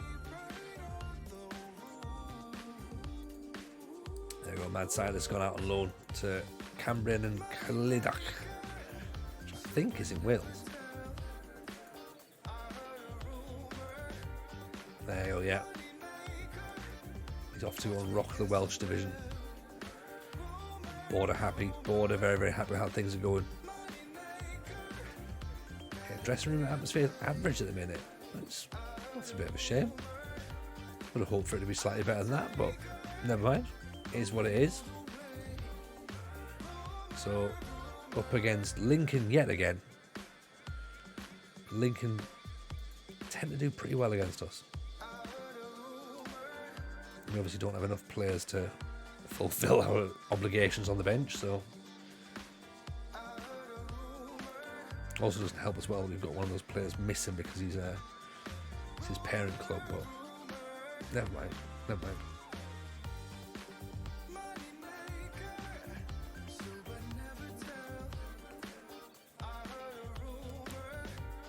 Right, very good. Third season with Merthyr in the Vanarama National League South. We did the first 5 games, won 2, drawn 2, lost 1.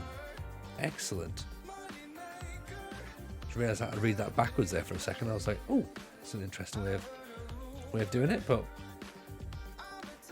good stuff. Drop big huge for this one, I think, which might not go down too well with some people, but he's not been scoring. That's the problem.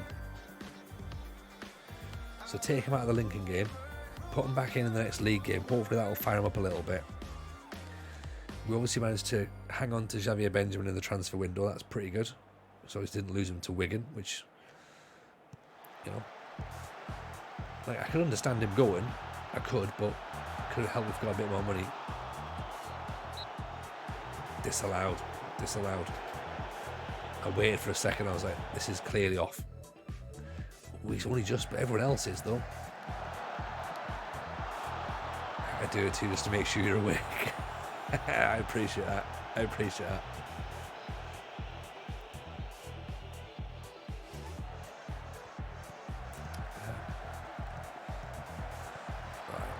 So Lincoln are absolutely showing us what for again, aren't they? They just know how to play against us. They know how to play against us.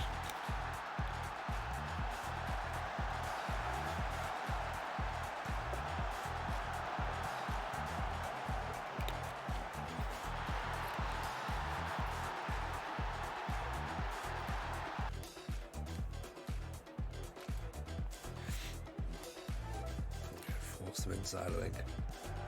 Force them outside. Try and rely on our headers. Maybe. I don't know. They've clearly come inside and scored there, so maybe try and move them back out. But yeah, we definitely need to try and get some sort of revenge. This is the third time we played them tonight, and they've come out on top 3 times. So this is definitely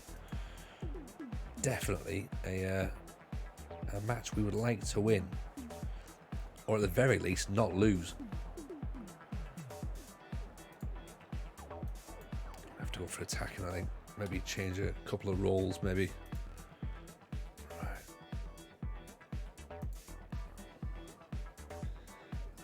Briscoe's having none of it. Okay. Hughes is coming on. Target forward. To be fair, I think Matty Langstaff's not really having a great time either, is he?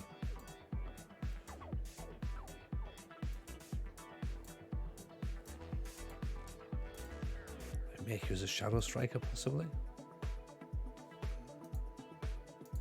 Take that. Go a bit more direct. Be expressive. Try and whip balls in. See if that's there. Haaland's won the Ballon d'Or 5 times in a row. Fucking hell. We're only 5 seasons into the save. Unbelievable. Unbelievable. But yet believable.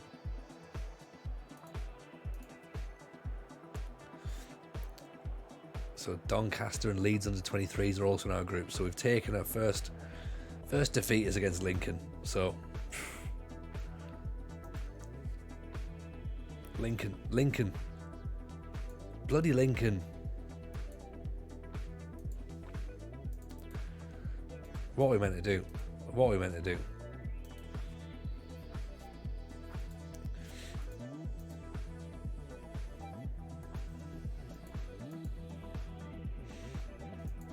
Next time we play Lincoln, right, we're going to do an 11-0-0 formation.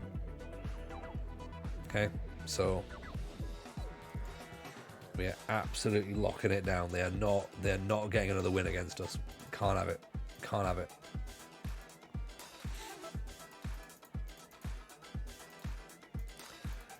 Northampton next again. Now, look, it probably goes without saying, all the games in this league are going to be difficult. All the games are probably going to be difficult. The board can't find you a senior affiliate. See, we've not even looked for those sorts of things yet. We've not even looked for that. We just grind on. I mean, is that a thing that we should do? Should we look for an affiliate club? Maybe. Evening Apocalypse, how are you? Welcome.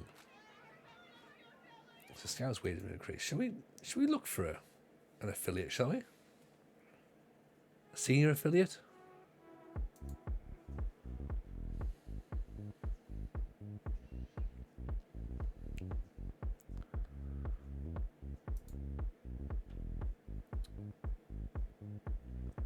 Rather, the club doesn't rely on loan players. Okay, that's fair enough then.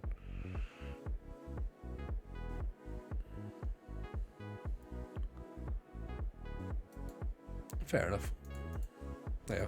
No, they don't want a loan system. So, fine.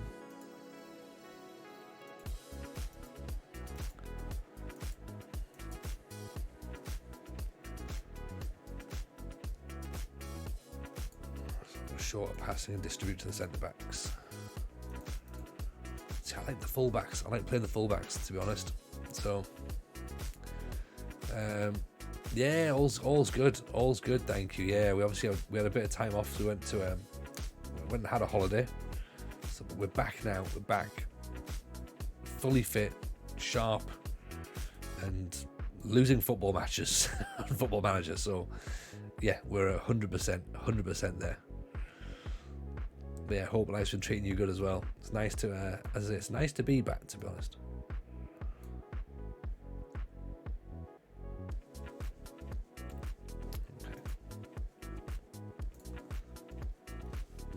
I like the fact we don't change the shape a great deal. We don't change the shape at all. We've just got like one sort of instruction different.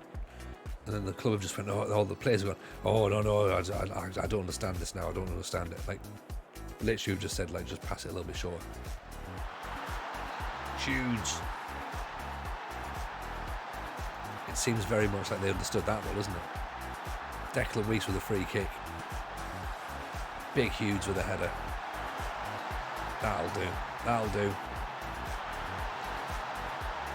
Get the hydrates on. Yes, Cambodia. Good show indeed.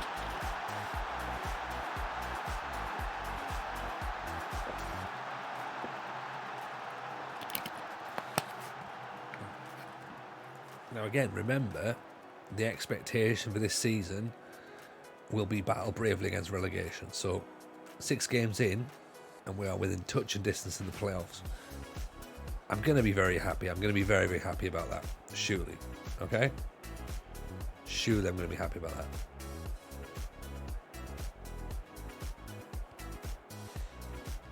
Looks like Belongo's picked up a knock. So probably have to replace him. Oh, Hewland intercepts. Nice. Xavier Benjamin, Foxy, Davenport, Rio, Davenport, Doyle, Bradders. Lovely football. Oh, Bradders is intercepted there. Belongo. Oof. Bradders hits it over the top. Our mission is promotion via automatics or playoffs. Yeah, but that's the thing. If you're in that situation when it's like you're down there and you're one of the better teams, then yeah, you need to be getting up. Like when we're in the National League, our expectation was promotion. The National North was promotion. We got promoted. National League again was battle bridge against relegation. We won the playoffs. So there's no rhyme or reason to any of it, to be honest. So I guess you turn up, you take a bit of momentum in, and if it works, it works. If it doesn't, it doesn't. Patrick Allman's struggling a bit there, isn't he, for fitness. Let's bring Howie on, and let's also bring Doyle off, I think, possibly, and add an extra body into midfield. So we'll maybe put Biskia there, I think. Let him play DM. Evening, Richard. Right, how are you? Welcome. Hope I'm treating you well. Welcome in.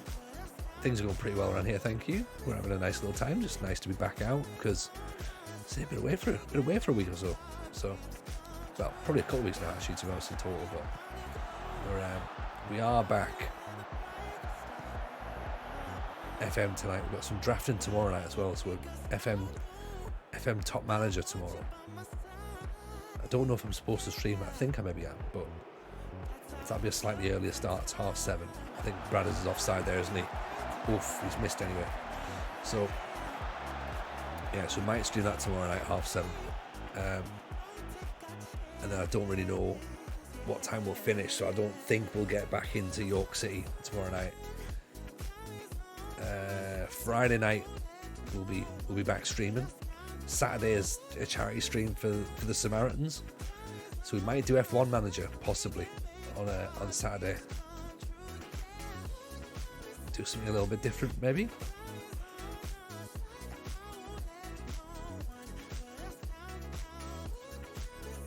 So yeah, should be quite decent.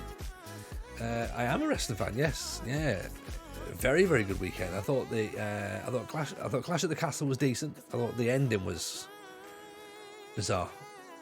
So until the ending, it was fine. Like Sheamus versus Gunther was decent. It's just big lads whacking each other. That's what you want, innit? So yes, Viking Dan, how are you, man? Talk about big lads whacking each other. Here he comes. Viking Dan's in there. Big shout, of course, to my man Viking Dan.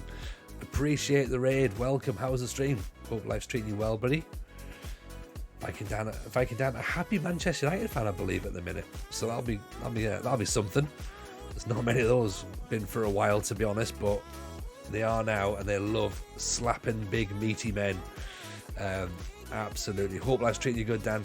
Appreciate the raid. Welcome in, Raiders, by the way. It's a pleasure to have you. We're currently managing York City over here, and we're doing all right. We're doing all right, as long as we don't have to face Lincoln again. I love that meat emoji. World's Collide was pretty great. Yeah, World's Collide was good. Thought it was very, very good.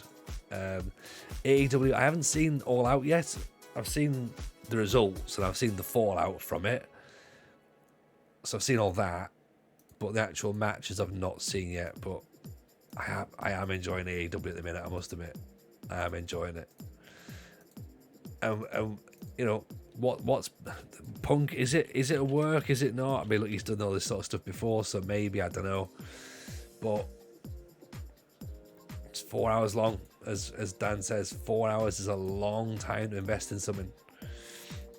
I mean, people used to rib onto WWE for pay-per-views being long, and then AEW have done the same there. It's like, yeah, it's interesting. It's interesting. If you watch All Out, skip the buy-in except for the Ishii versus Kingston match, which was great. Okay. It's not a work in pending lawsuits from the aftermath of Uncle Dave. Oh. Yeah, I was reading, what's he called? Wrestling Observer. Sean, whatever his name is.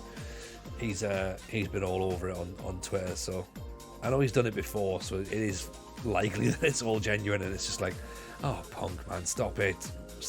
But it's one of those, isn't it? It's one of those. It happens. It was always going to happen. You know, for all Punk's great, he does this sort of stuff. Sean Ross, that's the fella. Yeah.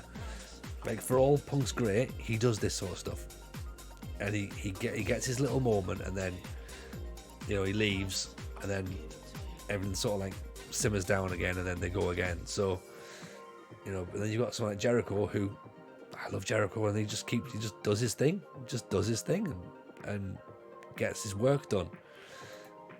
You know, got the matches that should have been TV matches, but some genuinely brilliant matches. Okay, 3 tag matches were great. Punk and Moxley match was good. Yeah, I like the fact that MJF's back as well. I like that. I'm a big fan of MJF. I think he's brilliant.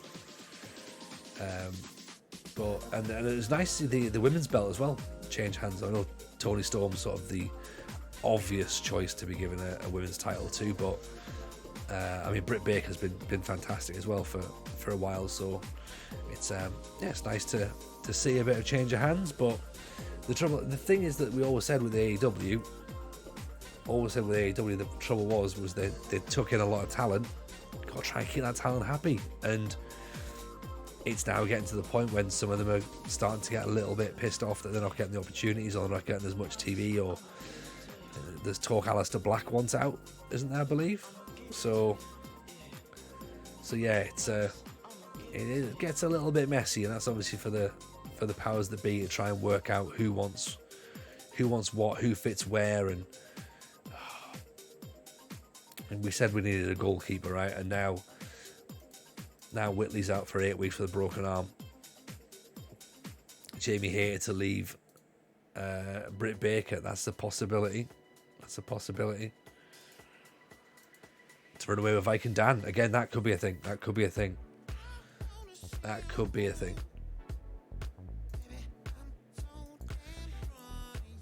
Jericho Danielson was better than I expected. I mean, I think that was always going to be good. To be honest, those two know how to work each other. So yeah, I think that was always going to be a good match. And for me, I mean, like, I think Jericho is just brilliant. Personally, like, I love the fact that he's putting himself over as a heel with being a sports entertainer. Like, only Jericho could think that and be like, right, yeah, people hate this if I say this. You know.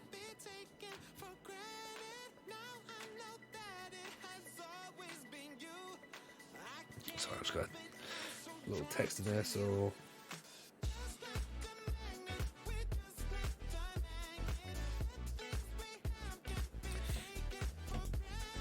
Yeah, like, give Jericho everything, to be honest.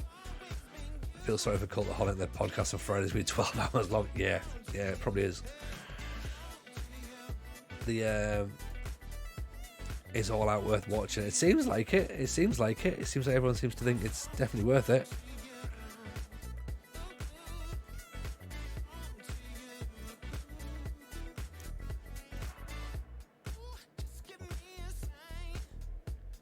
Handling 1 to 8. Everything else is great. Actually, no, hang on. Eccentricity 18. What have I done? What have I done there? Been blinded by double digits.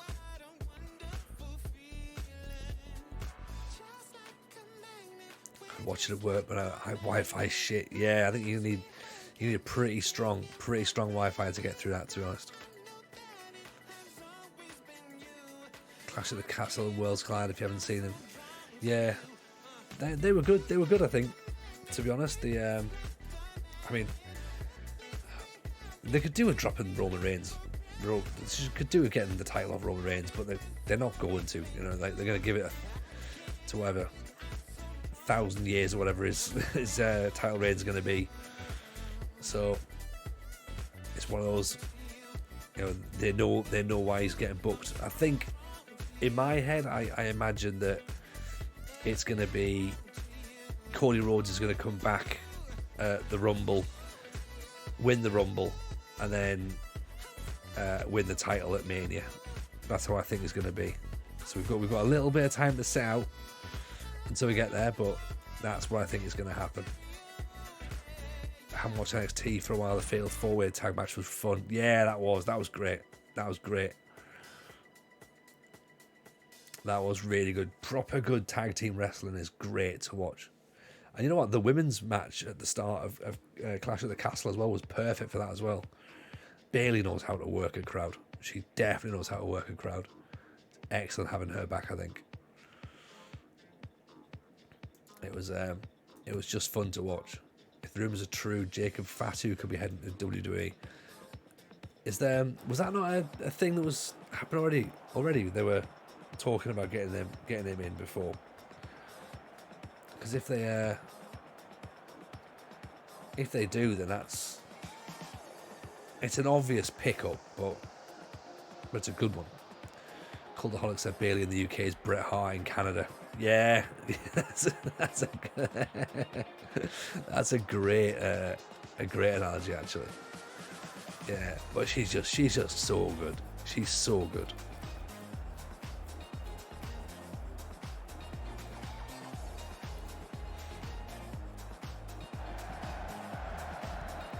We're in our purple kit here. Bradders takes the ball down. Just forgetting we're actually up against Bradford, so a little bit of a rivalry again here. Our backup goalkeeper in goal for the next few weeks, while we try and work out whether we can bring a replacement in or not. I don't know if we can. Dan, I just thought you've got F1 Manager as well, haven't you, by the way? And Kultov, I've shouted you out in there. I know you've definitely got F1 Manager as well. Like, what? How are you finding it? I bought it today. We've already conceded. I went on there, didn't even see. Yeah, I bought it today. I downloaded it. I haven't opened it up yet to try it, but I've got a feeling that we need to stream this and watch me try to run a Formula One franchise very, very badly. Offside, ref, come on. Offside, I've got my hand in the air. He's going to give it, isn't he? He's going to give it.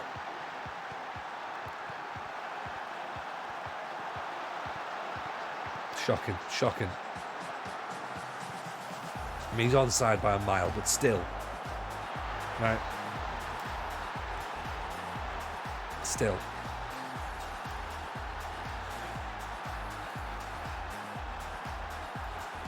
Look, we're underdogs. It's okay. The thing is, right now, Bianca's far too good to cheer against, but then you have Bayley, Io Shirai, Asuka, Kai, Becky, Rhea, actually, yeah. Yeah, the women's roster's pretty stacked. The women's roster is pretty stacked. And to be fair, that's good. That's good that the women's roster is stacked, because it needs to be. It needs to be. We've had a roster that's been stacked for a bit and then not stacked. So So it was nice to get it back. Bring back the women's Intercontinental. Oh, now you're talking. Now you're talking.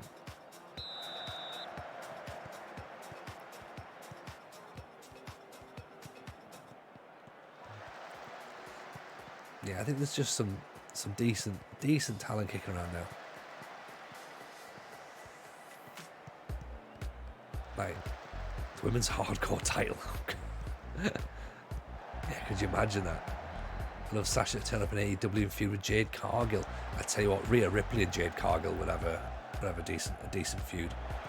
We talked a lot about AEW. People who went there, like, what's up with Ruby Soho? Where's she gone? You know what I mean? Give me Meiko Satomura versus Asuka at Mania. Oh, Bradders. That's what you want. That's what you want at WrestleMania. You want to see Bradders do that. What a finish. What a finish. He heard Meiko Satomura versus Asuka and he was like, I can do that in football form. There we go. Oh, broken nose, actually. Oh, okay, that explains why she's not about them.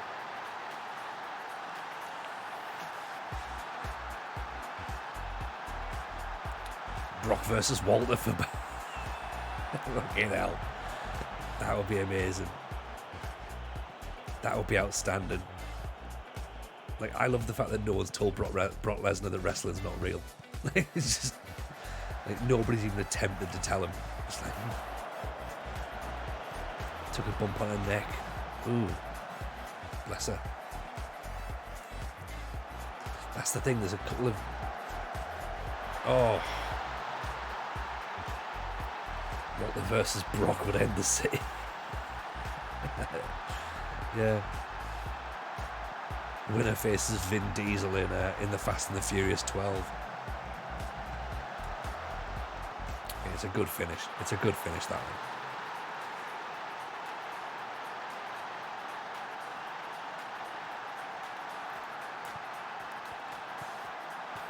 Definitely also have to come off. We need to go a bit more attacking, I think.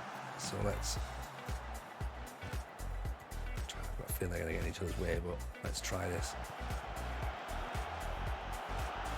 Balls at the top, keeps coming out. Just enough. Just enough.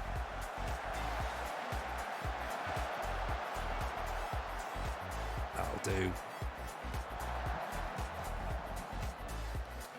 Well then.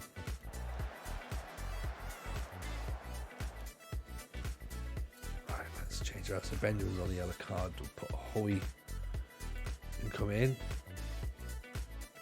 There we go. Yeah, who was it that someone put up on Twitter a whole like Latino heat vibe of Dominic Mysterio and Rhea Ripley, which I think sounds pretty decent. Bradders with the equalizer. Just as Ricky hits 11 months. Ricky, appreciate the sub there, man. The support's genuinely appreciated. Thank you for that. 11 months, and that's for you. Bradders with an equalizer against Bradford City. That's your payback. For your support, Bradders scores for you. He's got the mullet. Ray's wearing the Amir Papi shirt. Turn on Ray exactly the same way he did. It's happening 100%. 100%. Dom's new look family makes him look like a man, not a 12-year-old. Yeah. Yeah, Rhea's turned him into a man just by association. And again, and like, you know, working with Finn and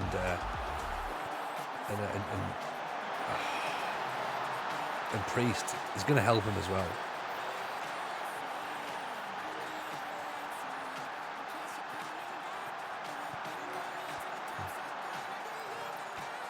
Elimination Chamber, Brock, Walter, Bron Baker, Bobby Lashley, Damian Priest and Karrion Kross. Fucking hell. Yeah, that would be alright, wouldn't it?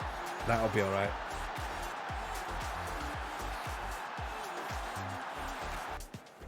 Oh yeah, Dom's got so much work to do, Ricky, yeah. Place with Drew. Oh yeah, Drew would be brilliant. Or Sheamus. Sheamus in there. He can take a slap. That would be excellent. Fox is off. Second red card of the season. Come on. Stupid.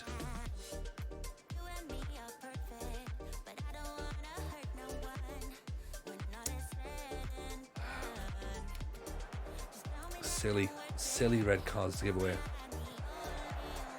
Oof. Bradford are in the relegation zones as well. Oh, Seamus is brilliant. He's so good, isn't he?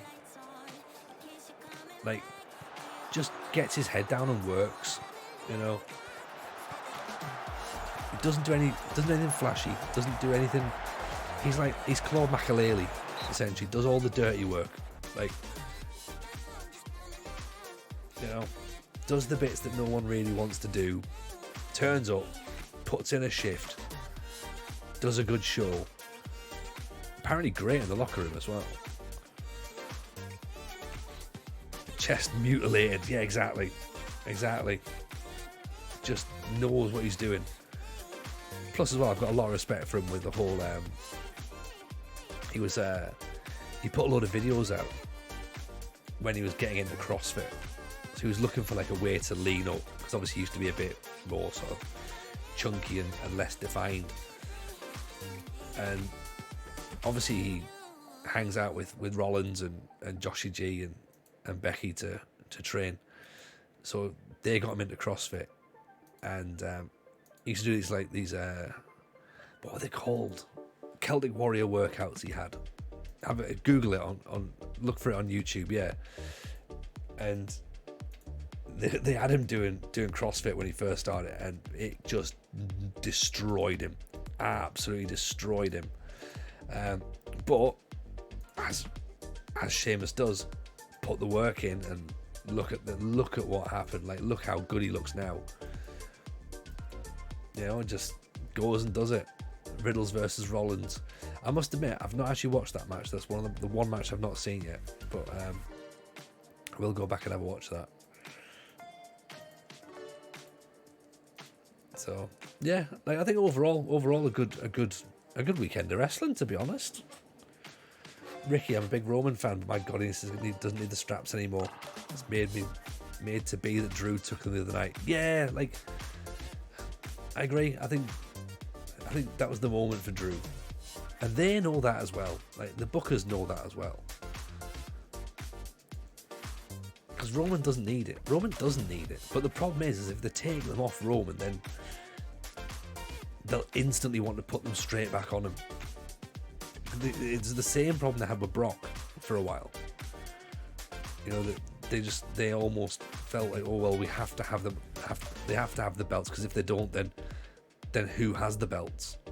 And for some reason, they don't seem to trust anybody else with it, which makes no sense for me. You know.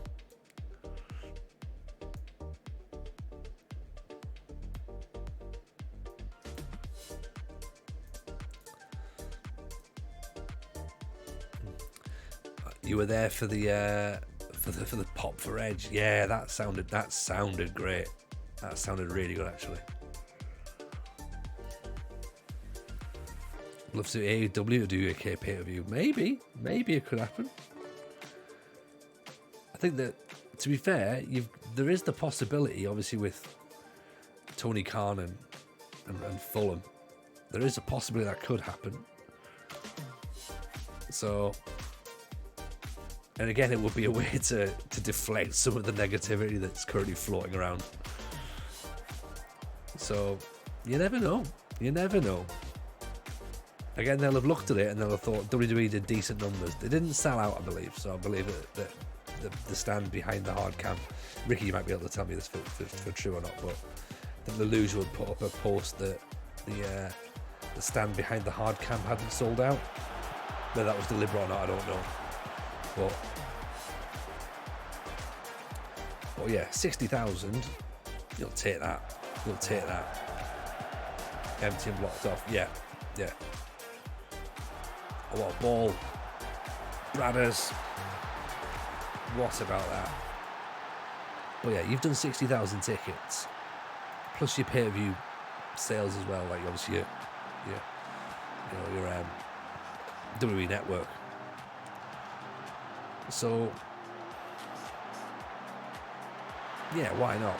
Why not get them to do a show at the Craven Cottage? I think they'll do it at Tottenham, maybe, because obviously they do the NFL there. The Jags are there usually every single year. Every year the Jags are there. Who again? The Khan family own the Jags. What a save! What a save that is! What a save! Is my camera just frozen? By the way.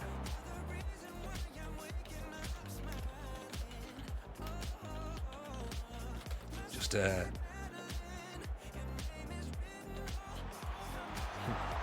there you go. Right, am I back now? Am I back now? There we go. Sorry about that. I don't know what happened there. I don't know if my audio had frozen as well at the same time. I just saw myself and I was just like, have I frozen? Yeah. I think Punk will walk. I think Punk will go. I think he'll walk. And it's what Punk does, isn't it? He gets to a point when he goes like, oh, I'm bored now. Make it all about me, and then I can walk away. So I think this will be the thing. I think he'll go.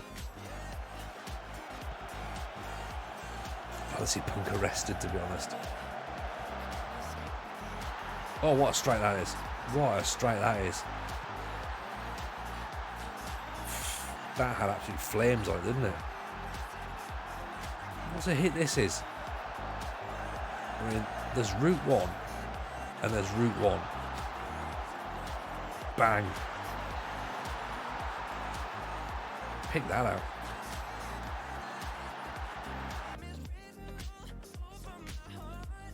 Yeah, love MJF. Shows a true great heel when you can be an absolute prick to the fans and they still love you.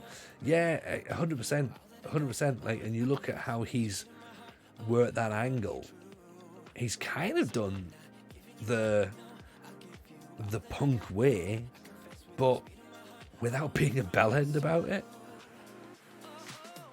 You know, like his whole, you know, the whole way about him like needing a new contract was very CM Punk. But yeah, not doing it in a way where everyone then got their backs up about it. So yeah, I think I can't see Punk hanging about for much longer. I think he'll be gone by the end of the year. Because how long has he been there now? He's been at AEW for 16 months, 17 months ish, or is it just over a year? So he's sort of done what he's needed to do. He's got a few extra eyes on AEW. But yeah, I think there's a different path. I think now. I think they've. Oof, great save. I think AEW need to play things differently, and with Triple H in charge of WWE now, I think that AEW have to play things differently. I think that they can go properly toe to toe, and because of that, I think that they'll. Oh shit! What have I just done there? I think they'll probably let him go. MJF in his current WWE would be very, very interesting. Yeah. It'll obviously be toned down. It will be toned down. But then again, it's like you look at Cody Rhodes came back, and Cody Rhodes came back just at the right time, but then got injured, obviously, and it's now like, right, get Cody Rhodes back, and he'd be brilliant again. Aleister Black comes back, he could do, but then again, they're going to have the same problem as they had last time. What do they do with him? What do they do with Aleister Black? Because he's brilliant. Don't get me wrong, he's brilliant. But you've got to think that they're booking a TV show. They're not necessarily booking an indie show, which I think, to all intents and purposes, AEW probably traded off that in the first instance, going, "Oh, we'll book it like an indie show. Look at all these cool wrestlers doing cool things," and that was great. But then again, they started making TV, so you need to work out for what they're going to do, you know. I hear about Black around the match there with Murphy at TLC. Yeah, I mean, look, I mean, he's brilliant. He's brilliant. But again, it's like, what are you going to do? And then you look at how WWE is now, and you go, right, oh, Strowman's back. You're like, okay, but why? But why? Like, what's he going to do? What storyline is Braun Strowman going to have that you couldn't have with somebody else? If you wanted to just get a big, like, you could bring Bron Breakker up with no storyline. You know, if the plan is just to get Brock back to smash a few young kids to go like, all right, here you go. This is doesn't Braun Strowman look really strong? Yeah, he does. Yeah, but then what?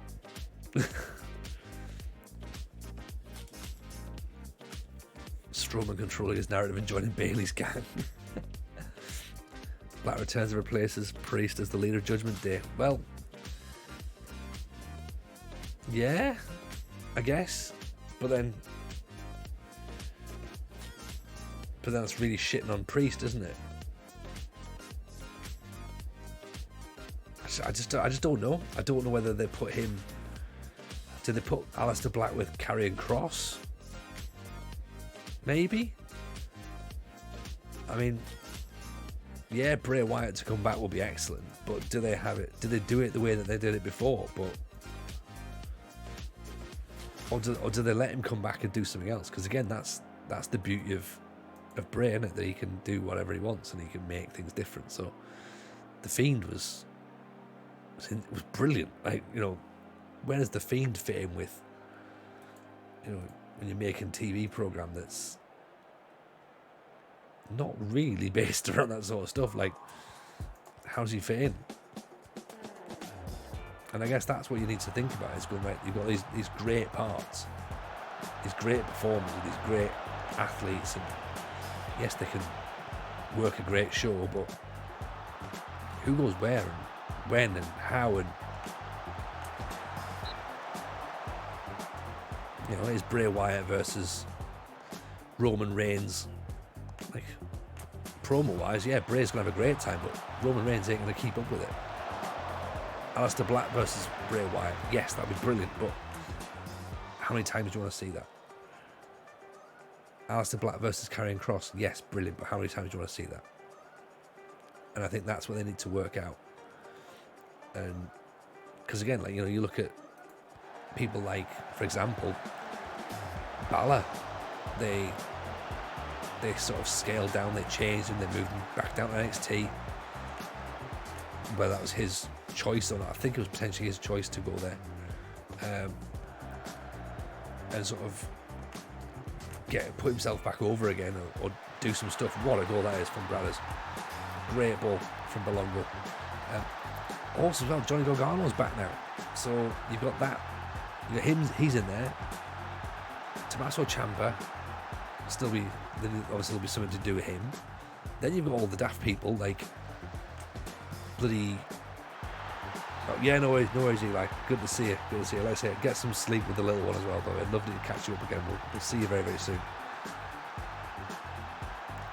And then you've got all these bloody Jake Pauls turning up, and it's like a Logan Paul or whichever one it is. You know, Johnny Knoxville's going to have to try and get his WrestleMania moment. Like, so you're taking these moments away from genuine talents. Then yeah, and then you've got Dexter Lumis, who is potentially the greatest wrestler of all time. But, and then you've got like your Eliases and stuff, who sort of are great for TV and house shows, but at the same time, they're not your long-term books, are they? So that's what you need to try and work out. And also as well, you need to book a show that kids want to watch and the parents. And that's the problem. That's the issue where WWE have the AEW don't. AEW markets itself very much towards us, adults. WWE markets itself to kids, and then they obviously have to make sure that the parents will be involved as well. because the kids are going to turn up and want a Roman Reigns t-shirt, and the dads are going to have to turn up, and mum's going to have to turn up and go, fucking hate Roman Reigns. Like, so all of a sudden they're invested in it. Right. Roman, you're gonna have to be a bit of a knob because the parents don't like you. Tyler Bate, big star. Yeah, Tyler Bate's gonna be a huge star. Austin Theory's very good as well. Pete Dunne, if they move him back to a normal name.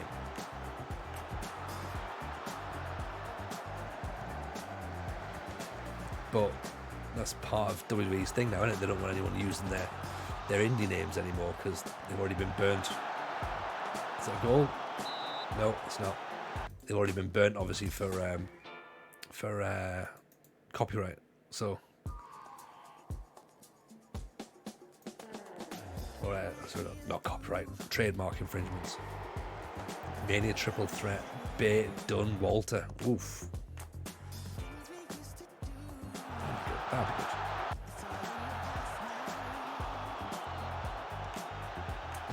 That would be good, but at the same time it wouldn't. Does that make sense? Like, it would be great, but then it'd be like, no, I don't think it would be that good. Yeah, I'd rather see a triple threat with Bate, Dunne and Dragunov. I'd rather see that. I think that would be excellent.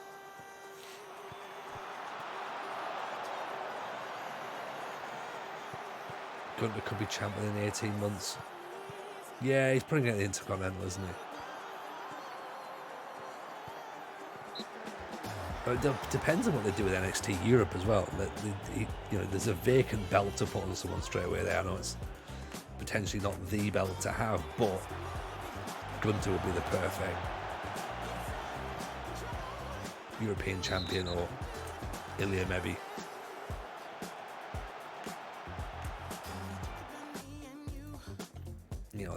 They're good people to give some titles to pretty quickly, I think, and they would look good with the belt as well. Do we know what's happening with Ilya? I'm not sure actually. I think he's part of the NXT UK contract, so he'll be. I don't know if he's got a UK contract, or he's got an actual NXT contract. So, yes, Bradders, what a header.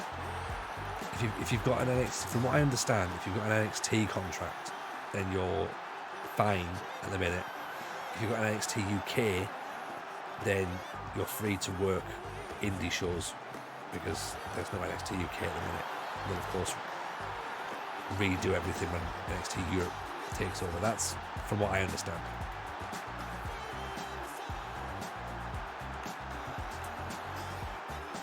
He's injured, yeah.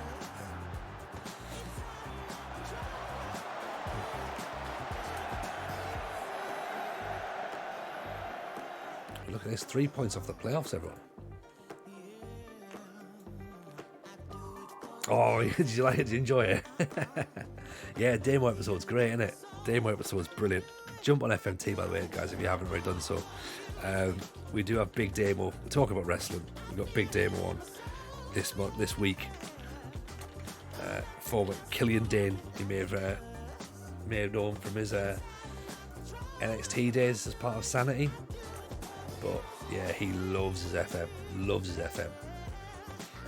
He was recording the camera quality and the internet latency is a bit of an issue, so it's not the best quality that we've put out. But we've tweeted out today he was wearing a Work the Space t-shirt. So that's a man who loves his FM. Like, he knows what he knows what it's all about. The Beast from Belfast. Yep, that's the one. To the better nation, build a nation than me. He has, absolutely, he has. I didn't have the heart to tell him about my Indonesia save. I was just like, yeah, build a nation island. Cracking idea that. But yeah, what a guy. Already a few people is like, how have you pulled that one off? I was just like, well, just asked a question, got a response. So, I think we'll get Ronda versus Shayna. Maybe. I think the thing with something like that is, though, there'll be an expectation for it to be great. and there'll be an expectation for it to be a UFC match, and WWE won't allow that. So that'll be interesting for it to happen. But what they then let them get away with will be interesting, because it's kind of why they didn't want Brock and Lashley, isn't it? They didn't want them two to go at it, because they've obviously, have they done a UFC before together? I think they've fought in UFC before.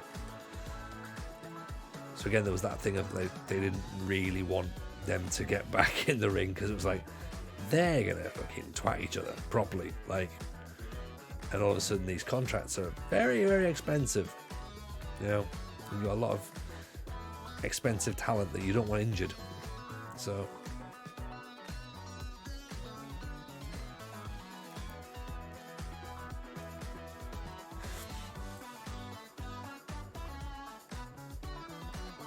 Brock in UFC, Lashley fought for Strikeforce and Bellator. Ah, was it? Okay, cool. I couldn't work out if they'd fought MMA before.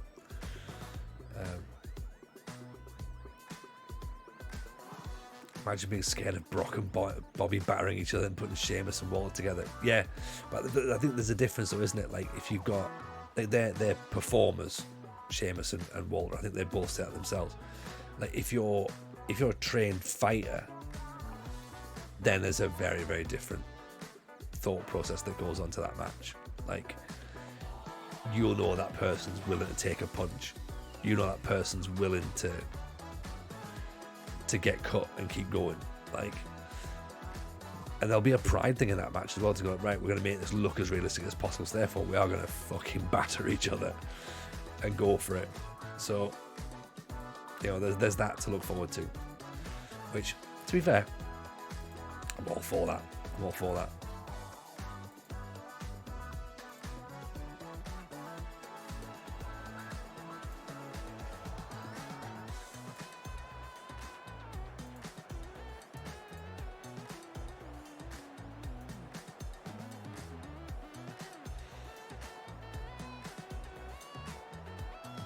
Actually, I've been watching quite a bit of Bellator recently. With being on the iPlayer. It's not bad. It's picked itself up to us. They've got some really decent talent in there now.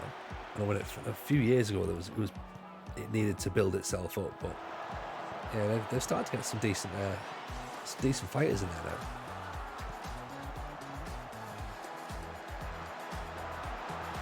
Obviously, UFC's doing bits at the minute. Oh, Langstaff, he's justified his selection after 21 minutes. The scrappiest goal you like to see. Look at this for a goal. Hughes gets up, off the bar. Bradders is blocked. Looks for someone else. Langstaff in off the post. Beautiful. 5.5 stars. Brock versus Bobby. Yeah. Do it in the Broctagon. We've got to make it happen. But yeah, as I say, I think Ronda versus Shayna, I think again they'd expect the same thing.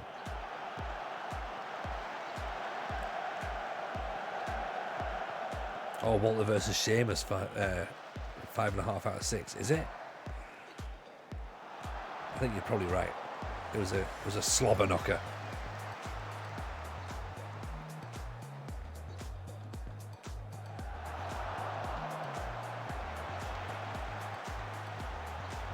The thing with UFC as well is, or MMA, I suppose, like, you realise just how far everyone is. When you look at the state that Punk looked when he went to UFC, turn up going, oh, you know, this will be fine. It's like, mate, you're a white belt. You will be like, yeah, you've done like a few months worth of jiu-jitsu training. It's not going to go well for you. And obviously then you saw on his UFC debut, it lasted 30 seconds. Yeah, Roman's got the titles for Mania. Yeah. I'm not even saying which Mania. It could well be 2030 before Roman drops the titles. That's a good finish. We shouldn't be conceding goals at that. Where are Wickham? Wickham are down the bottom as well. Come on, we should be doing better than this. Nelson's called it one of the best main roster matches ever, so possibly expecting 6. I mean, that would be, if he gives it 6, that would be outstanding. It's a big call for him. It's a big, big call for him. Have I ever been offered a coach to team? Have I ever been offered a team to coach in real life? No. I think anyone that's seen me manage on here would definitely not consider offering me anything.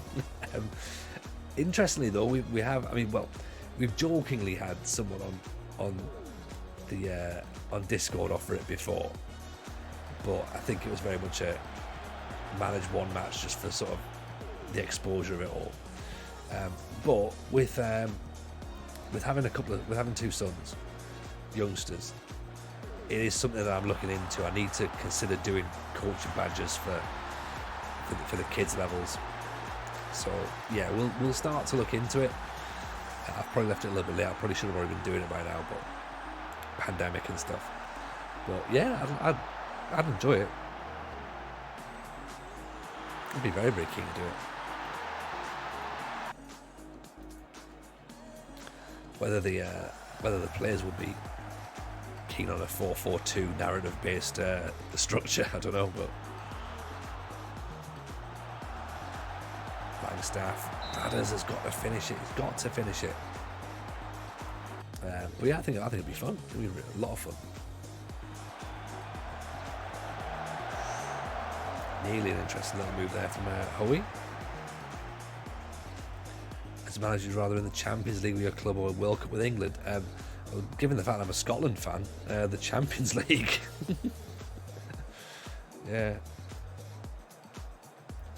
Yeah, I'm not overly fussed about England winning the World Cup, to be honest. Not a thing for me.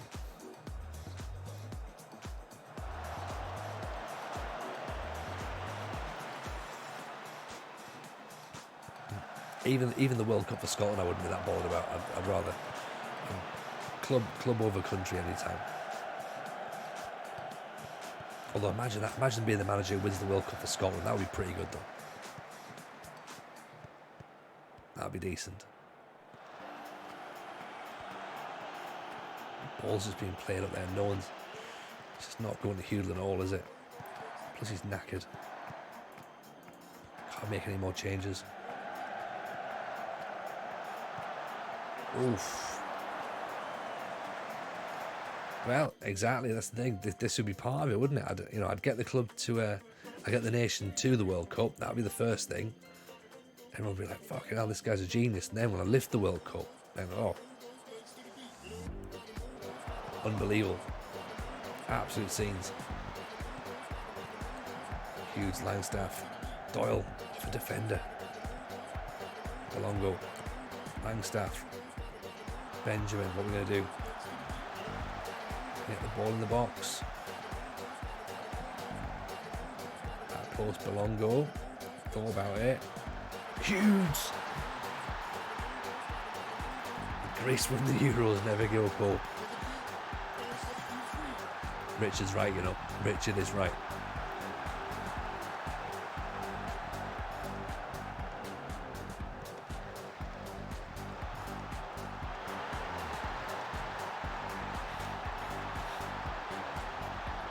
Greece had Stelios Yiannakopoulos though. Yeah, hey, who knows? Who knows what I'd have in my Scotland team though? Maybe I'll have someone equally as good or even better. The Scottish Georgios Samaras, maybe. You send some emails, a small club will give you a chance. I think so. I think there's always that thing in it. The exposure for them is, and I'm not saying that I'm a draw, but for some clubs, when you've got more Twitter followers than a club, then yes, it is a bit of a draw for them, right? But I mean, never say never. I think is the best way to look at it, right?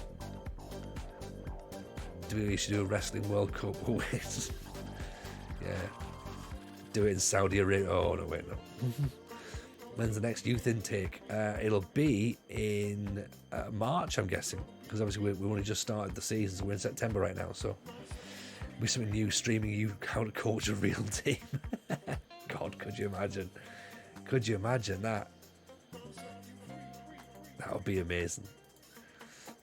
I mean, to be fair, we've got. I mean, you've seen how I manage here, so seeing it for real, just me shouting, "Demand more! Demand more!"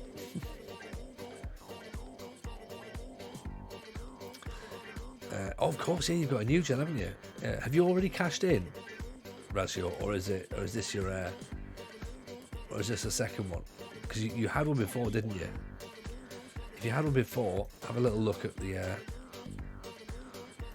club. You can see what we've got. Zach Sinclair has a bit of potential there. You got the points in the bank. Okay. Right. This is your third. Yeah, because I remember Juan Enchilada was the best one, wasn't he? Jordan Hazelwood's had first team experience, potentially be a star player. Kalonji apparently could be quite good.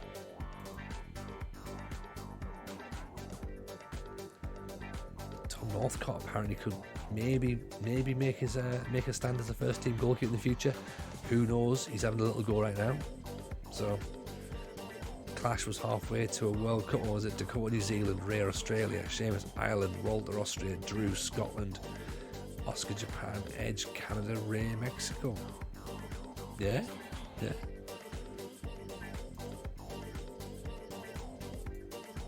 Could be an interesting way of doing it, couldn't it?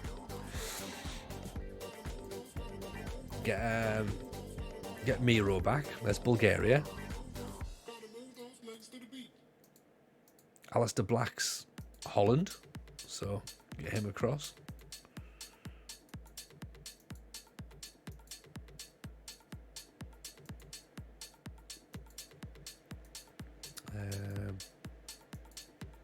Probably someone who pretends to be French, I'm guessing.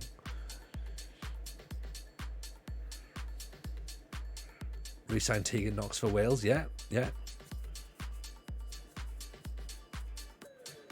Tegan Knox, there's someone who's like massively unlucky in it, and unfortunate. Like, what a talent she was, that just injury after injury after injury. Got a feel for her. Yeah, I mean, the whole Russia thing's probably quite an issue at the minute, but yeah, I get what you mean about Ilya.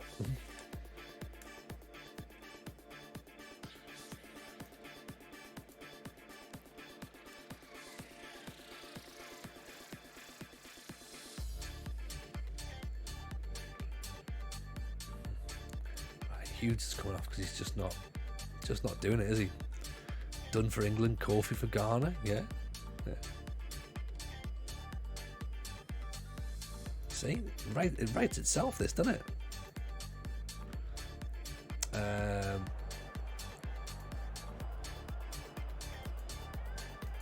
Fergal for Ireland. Obviously, you got Seamus there, yeah. Pete's real surname is England. It is, yeah.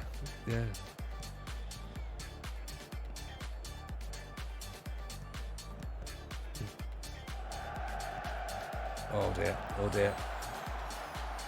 Good save.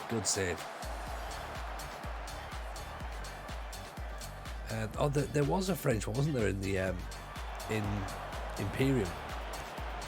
They kept changing his name, I think, wasn't it? Oh, hello, with a gifted sub. Appreciate that. Thank you very much. Nilos Bombielos has picked up. Appreciate that. Thank you, Hella. Very kind indeed. Of course, yeah, it is September, so subs are 30% off. 30% off if you wish to partake. And of course, do it through Amazon Prime, where it's all taken care of in your Amazon Prime subscription. You can link your Twitch to your Prime. Costs you nothing in that sense, and then we get a little kickback, and it helps support the channel. So if you can afford to do so, fantastic. If you can't afford to do it, do not feel any pressure at all. But do know that any support is much appreciated. Even a follow, just drop a follow, that'd be much appreciated as well. As I say, we're back. We do Tuesdays, Wednesdays, Fridays, sometimes Sundays, but this week is going to be drafting tomorrow night, so hopefully we'll do well in that. We'll have to see. You can never tell, can you, in the draft competition? And then Friday, lovely football. Briscoe has put it high, wide and handsome. Terrible finish. All the build-up play was brilliant, and then literally just had to slot it home. Smacks it.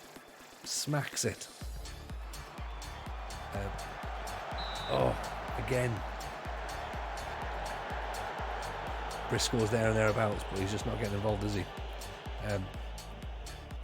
Tomorrow we've got a draft competition, so it's not going to be York tomorrow night. Friday we'll do York. Saturday is a charity stream for the Samaritans. So we might do Football Manager. We might do F1 Manager, maybe. Might have a little blast of that. Sunday, then maybe we'll do something Sunday. Maybe we'll do F1 Manager Sunday if we enjoy it on Saturday. Fabian Eichner for Italy or Tony D'Angelo if you want to keep kayfabe, yeah.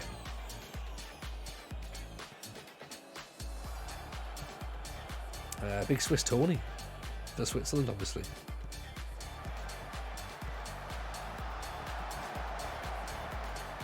What? That's a terrible goal to concede.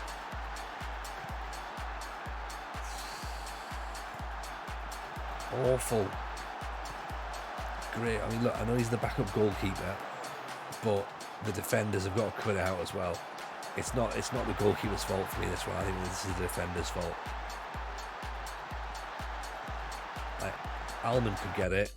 So here and here, Alman and Fox both need to put their foot through that. And they've not done it. So, yeah, for me, that's not the goalkeeper's fault. He'll get the blame because he's the easiest one to blame, but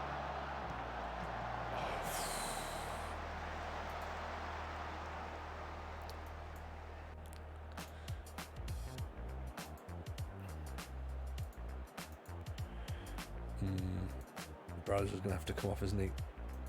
Josh Andrews. Post off the... I mean, look, we've said this is a goal. This is 2-0. This has not been a 2-0 match, is it? Do you know what I mean? Look at that. This hasn't been a 2-0 match at all.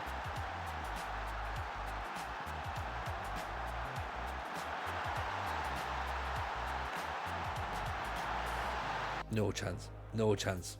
Didn't deserve that.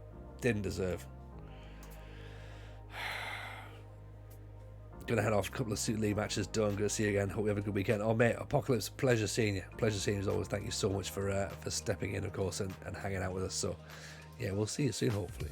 That's it. Nice to see you in. Raju, speaking of drafting, I've just finished my NFL fantasy draft. Ooh, okay. Is it good? Are you happy with it? Do you think it needs work, or you're like, yeah, this is what I've got. Richard, I'm at the awkward bit in a season of FM where it's like the season is done, we're promoted, I've got 4 games left and I don't care. Yeah, I know which bit you mean. I mean, look how many games we've still got left in League 2, man. This is like long. League 2 is a huge season. We've got all this to get through. I don't know how many seasons we're getting done before FM23 comes out. Judging by this, 2.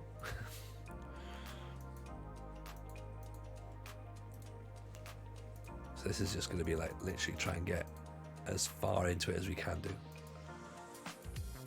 then we'll try and work out what we're doing for our main save next year. Get this done so we can go to the Dizzy Heights of tier 9.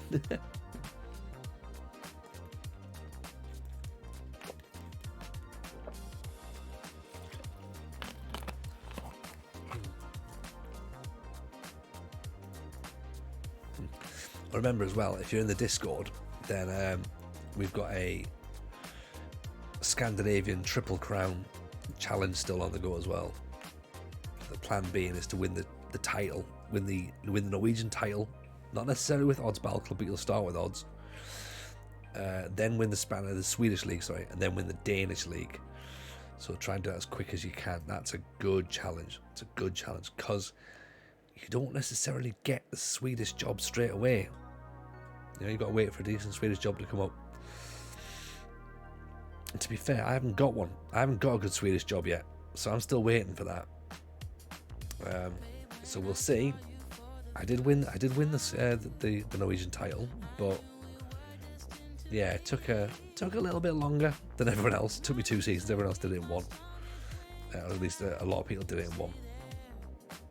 And yeah,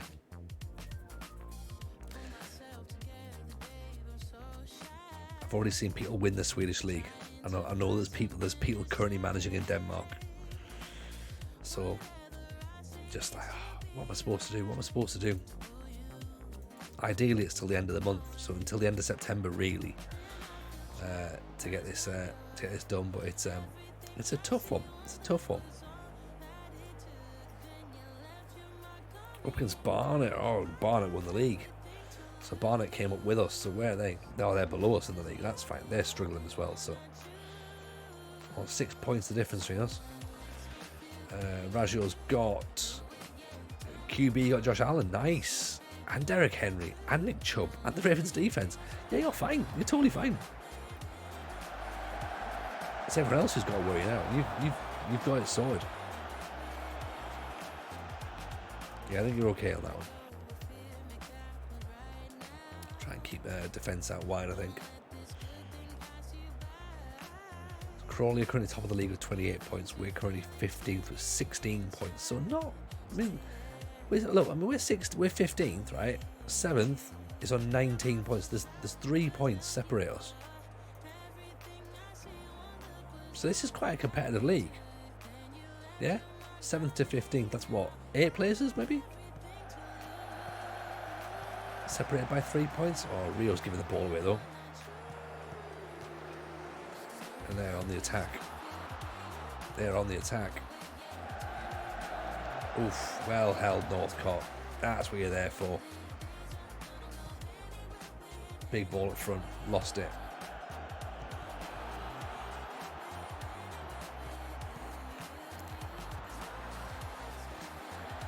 Oh, second time's a charm, innit? In it goes. Tight end's a bit weak, not sure if Dawson knocks, but Aaron Rodgers' tight end as a backup could be soon might start. Oh, okay.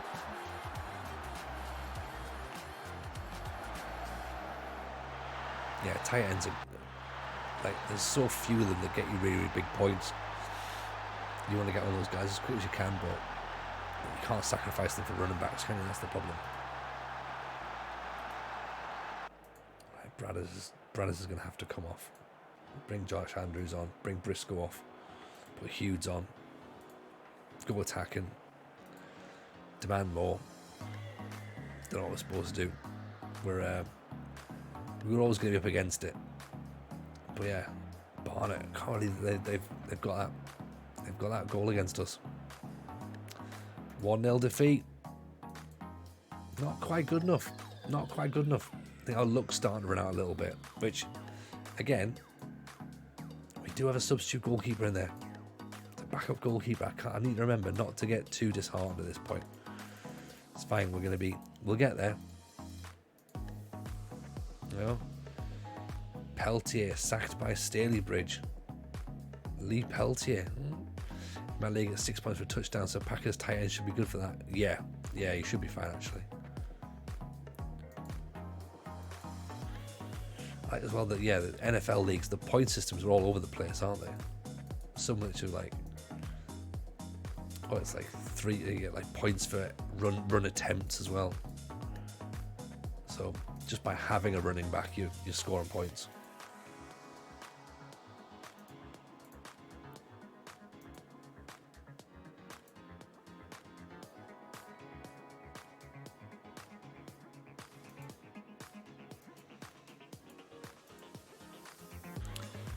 Coughlin's out for a couple. Hewland's out for a couple of days. Steven Gerrard or Luke Gerrard? Oh, never mind. Sort of sacked by Gillingham. I thought, well, it's probably Steven, isn't it? The fact is obviously Gerrard would have been. It's neither here nor there, really, is it? To be honest, it's neither here nor there.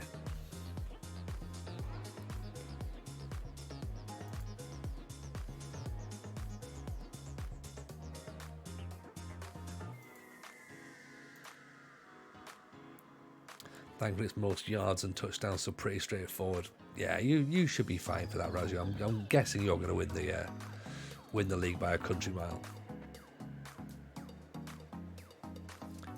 Right, so Callum Guy's trials ended, and we haven't really made a decision on, have we? What did we think? Yep.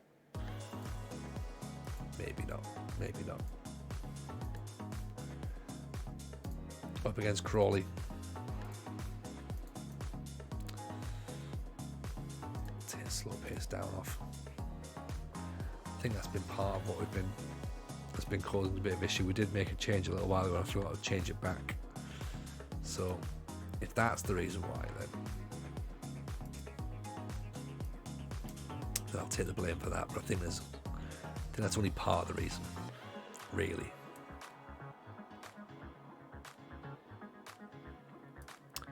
Josh Andrews for Briscoe. Cheetah a target forward, I think. Langstaff's been okay, but let's put Doyle back in. It's an attacking playmaker. That's for an attacking midfielder. Klosky for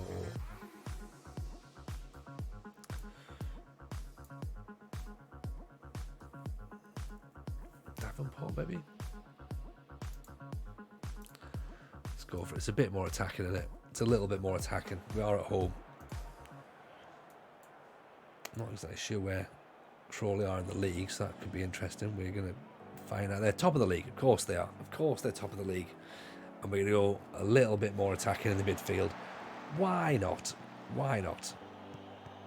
If you're going to get turned over, it might as well be by the team who's at the top of the league. Or, this is when we pull out an absolutely fantastic result. Bradders is away. Is the flag staying down? No, flag's up. Flag's up. Probably was offside, to be honest. Wellens, Foxy heads it away.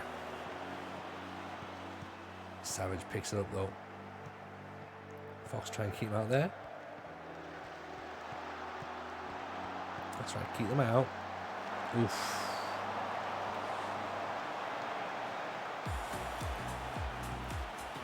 Louis Barry. King Louis on the free kicks. Okay, free kick again. Goes in, heads over the top. It's getting a bit squeaky bum time back here, isn't it? Oh, free kick for us. Wellens with a shove. And Almond, who's stepping up. Doyle. I think if Declan Weeks takes that, that's a goal. Surprised he didn't actually.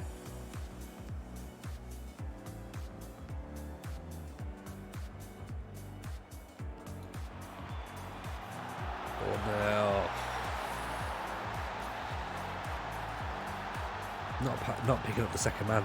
Not picking up the second man.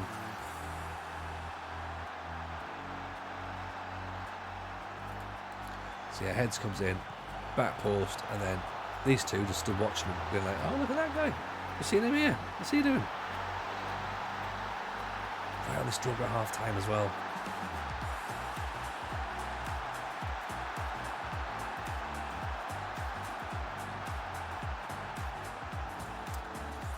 Outside, press him a bit more.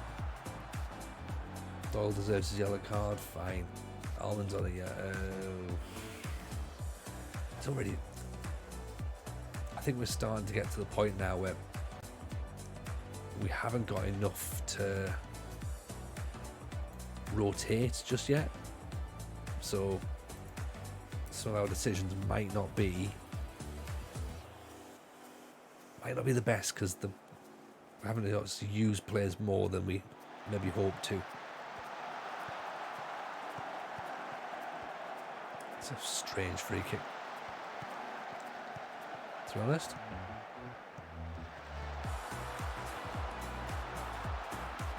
There's Andrews, Langstaff, offside possibly? No. Possibly the greatest free kick ever, actually. Yeah, I'd go as far as saying the greatest free kick ever. What a routine. We clearly worked on that. off the pitch. On the training pitch, we spend hours and hours and hours rehearsing that, and it's great to see it come off in a real match, to be honest, as well, because yeah, we do spend a lot of time coming out with that sort of performance, that sort of plan. That's what I want in FM23. I want a set piece creator, so I can recreate set pieces like that, which we clearly we know how that works, right? No idea. No idea how the game decides that's what they're going to do as a set piece, but fair enough. It seemed to work. You believe me? Bless you, Richard. I just find it weird how the game goes, yeah, we'll do this. Like, nobody ever would think that would be a way of working, is it? Right, no, don't do anything silly. Don't do anything silly.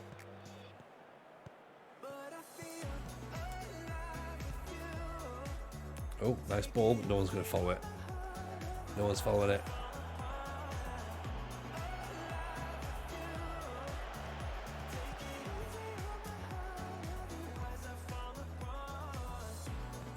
A little back heel from Almond there, nice. Oh, here's Andrews. Oh, that would have been a moment, wouldn't it? In fact, it might still be a moment. What have we got here? Oof.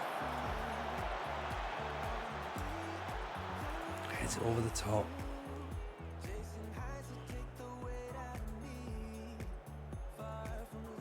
Marshall with the goal kick. Is he gonna clear it? That'll do. Back to the keeper. That's right. Just keep it tight, boys.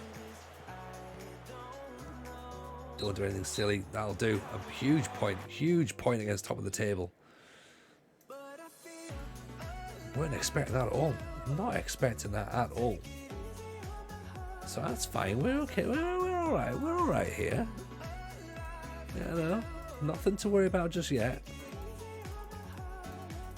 Right, let's just nicely ticking away.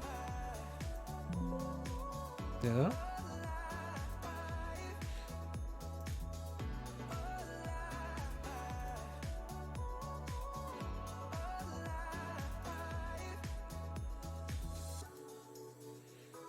Yeah, just keeping things going.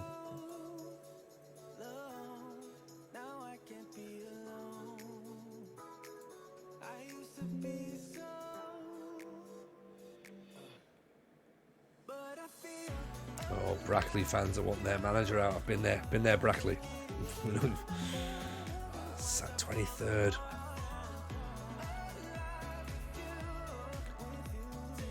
It's a shame, innit? It's a shame for them.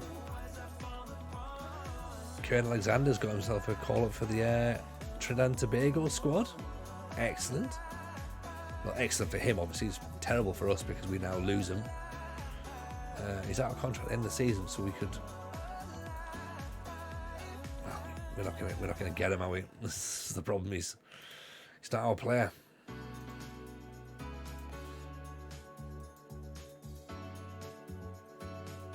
Started to make a loss this month at 400 quid, but overall balance is currently sat at £1 million, so we're doing okay. Financially, we're doing alright at the minute.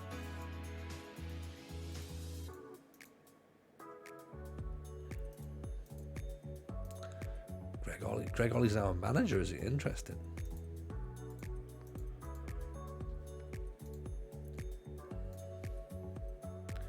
Definitely didn't mistype your channel name and try to cancel, misclick and raid Tony Jameson, Sans FM. Oh, Owen. Pleasure to have you in, buddy. Don't worry about that. It's nice to have you here. It's how we roll on, everybody. A man who was, believe it or not, a man who was name checked on Football Manager Therapy this week. Yeah, he was name checked. We said his name out loud and everything. How was your stream, man? How was it? I thought you'd like it. I thought you'd like the fact that we were going to mention you. So obviously talking about building nation saves with Big Damo, who's currently doing a build nation save in Ireland. So I was like, well, you know what? I know someone who's doing a build nation save in Ireland. Second yellow card for a start, and then Howard Rollo does a build a nation save. So gotta shout you guys out, right? Gotta shout them out, especially in front of the Beast of Belfast. So you never know. You might get him dropping your stream at some point. Oh, and that'll be pretty cool. But yeah, what a sound dude. Genuinely like a lovely, lovely dude. And just like so appreciative with his time. You know, like really, really great. Just didn't feel like we were rushing him at any point. It was just like, look, we'll do what we need to do, and then he's just like, yeah, it's fine. You know, it'll take how long it takes. So it was like, oh, okay, cool. But yeah, no, just a top man. So yeah, if you're not listening to the episode, go and check it out.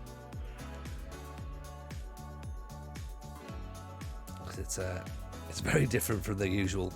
Oh, here's a Football Manager creator. It's like, no, here's a fucking wrestler. That's what we'll do. As long as he doesn't stream, I'm already too many. There's already far too many of my entertaining Irish folk killing off my selling point. I mean, there is that. That's the problem, you know. You Irish people, you love to entertain. So, oof. Kind of from Andrews. Same as comedians, mate. We get everywhere. That's the problem. Fucking comedians everywhere. But yeah, how was tonight? I hope the stream was good. So yeah, we've just drawn against Crawley, who are top of the league. We're now playing Chesterfield, who are second.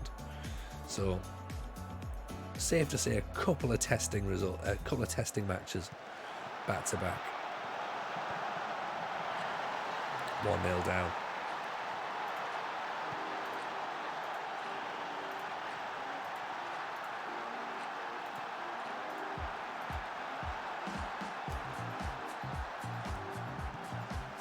Everywhere. Yeah, Ian and Richard, I didn't realise you were I didn't realise you were Irish as well. Always a pleasure to have the Celtic family in though. On the Save Classic roller coaster, lost to Bayern at home, beaten 3-0 away from home, so made the quarterfinals of the Champions League. Very nice. In the first knockouts, we plough on their invincible league conquest. Immediately rush out to a 3-1 lead against Dundalk and lost 4-3. Oh, God. So the invincible season is over after game 4. Excellent. Classic Owen.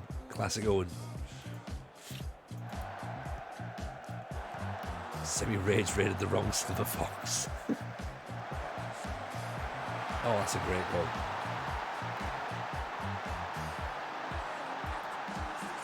And there's nothing we can do about that, is it? But I appreciate you coming along, mate. I really do. And I hope wherever your viewers are, I hope they're having a wonderful time.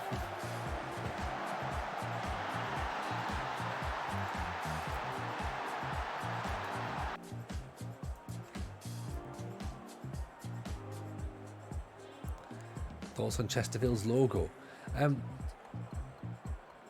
need to have a look, to be honest, but it's not. I thought it was a Spirite, wasn't it? A little bit too modern. Yeah, I can see that. It looks a bit.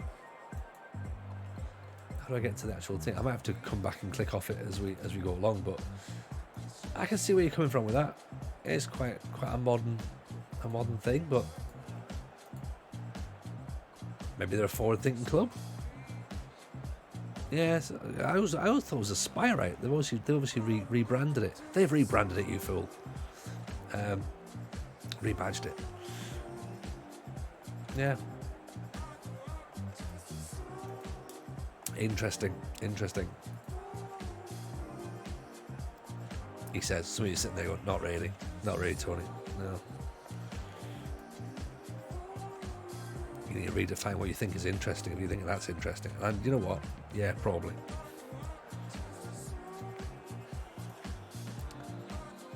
Oh, free kick. 3-0.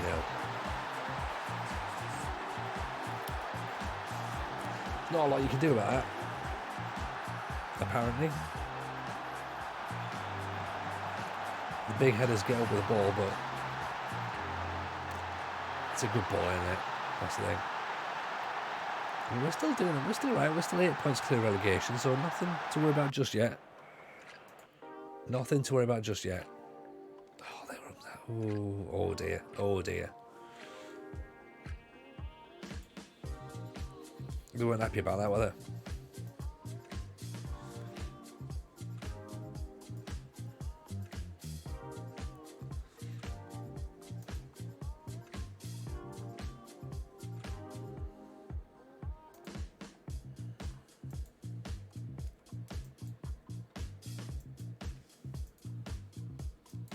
We shouldn't be under any pressure though, really, to be honest.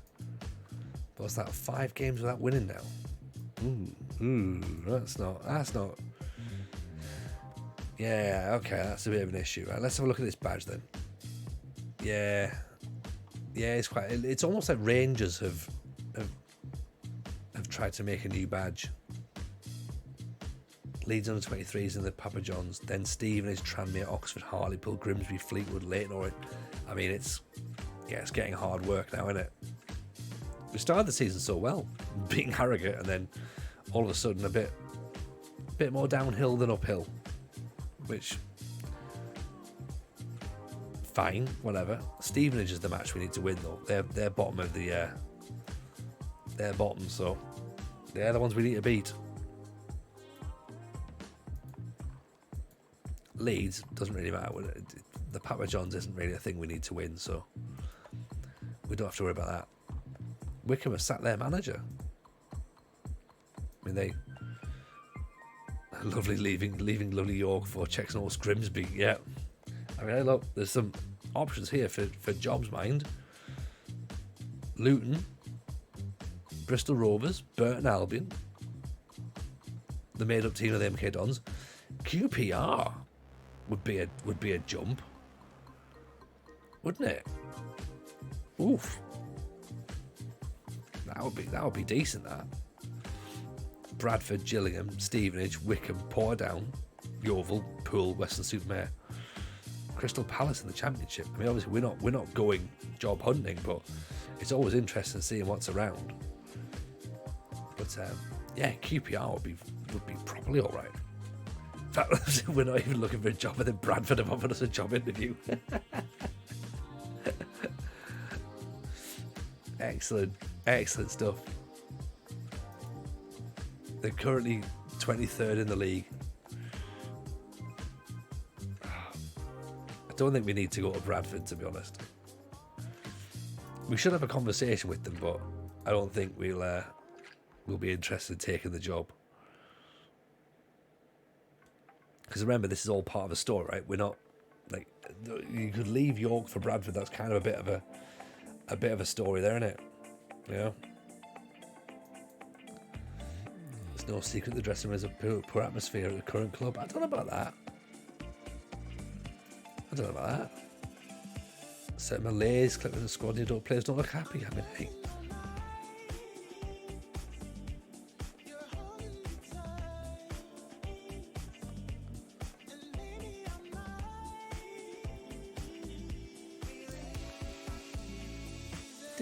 Different players.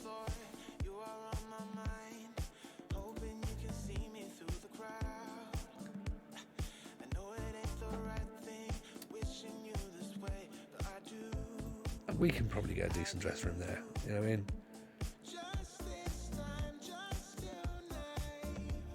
We can totally do that.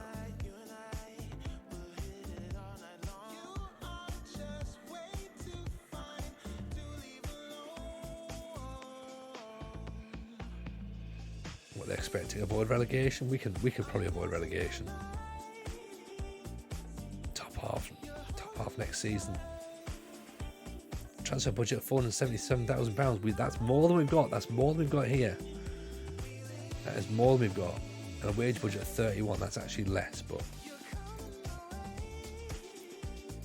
we're not gonna go for the Bradford job. I don't think they're gonna offer it to us. But interesting to have the conversation.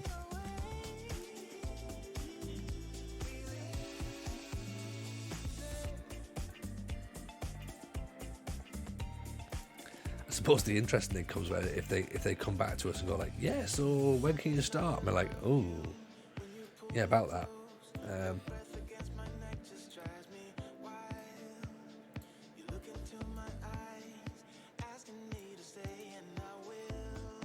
Not really a thing, mate. No, we're not really fussed about it.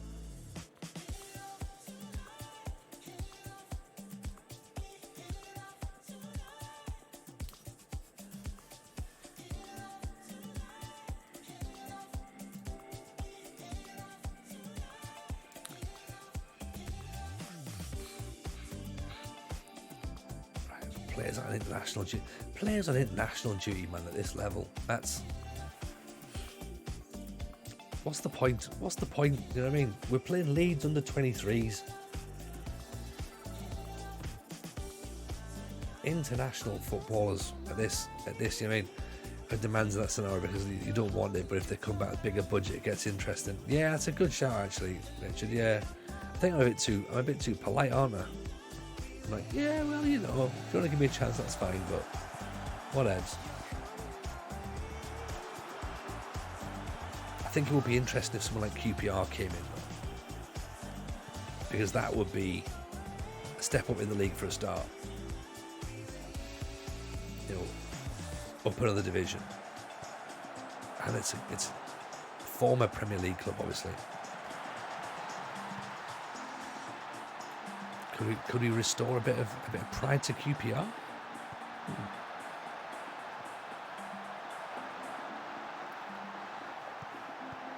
Don't get me wrong, I'm very, very happy at York City. Very happy.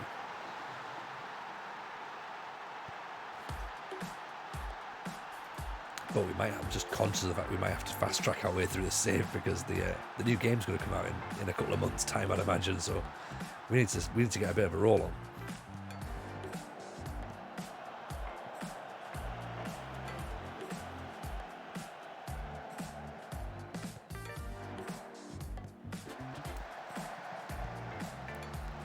Big Huge.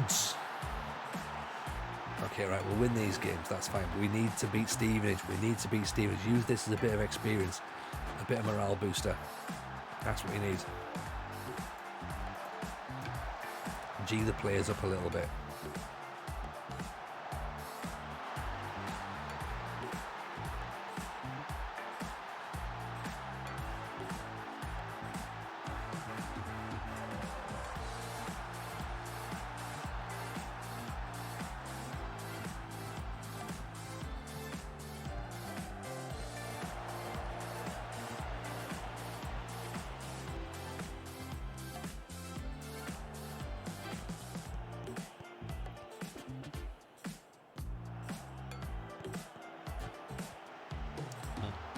Nice ball. Bradders should have finished that, shouldn't he? Bradders should have finished that one.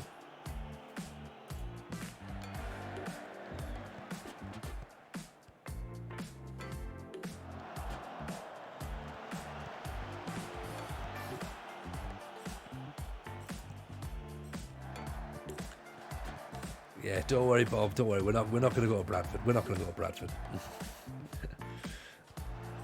Pleasure to see you as always, Bob. Take it easy, man.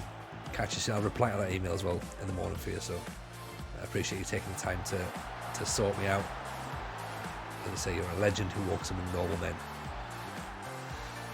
Richard, the same I'm doing is my last save in this version. Nearly finished the first season. Yeah, I think it is definitely there's not a great deal else you could do right now at this point. Maybe like sort of some experiment saves, maybe. Interesting with Northcote to use this. Try and punch the ball down there and concede the goal. Bit of a shame. Needs to do a little bit better. But yeah, I've got a save I'm trying to get sorted for YouTube, which is a rebuilding Villa. So hopefully I'll get that out. At least get the first episode out in the next few days. Will be quite handy.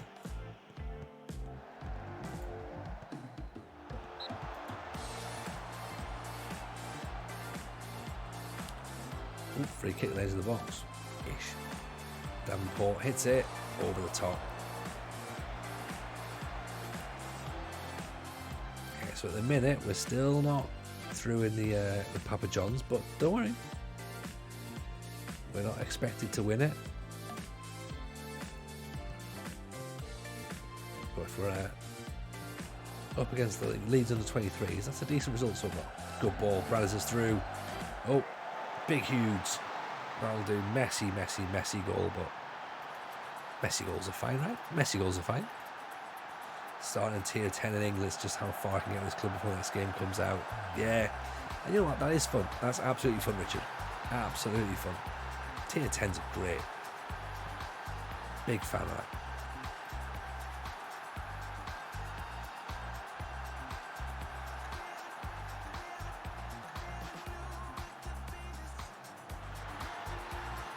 Well, there's 4.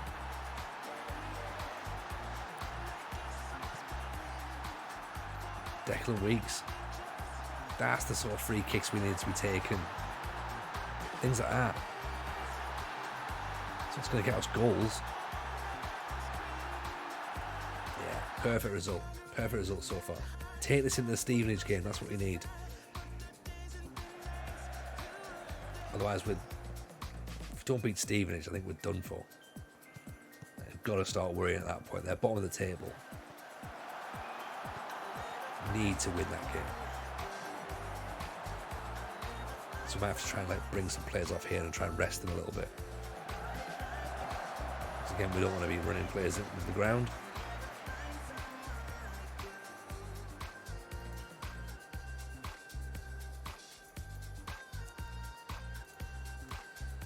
Beard will bring him off Belongo. I do Bradders getting a goal actually. Trying to boost his confidence again as well.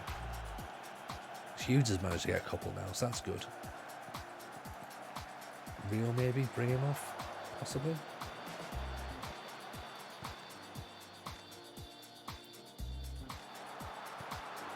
Yeah, bring him off for Macaulay, and then we can rejig things around.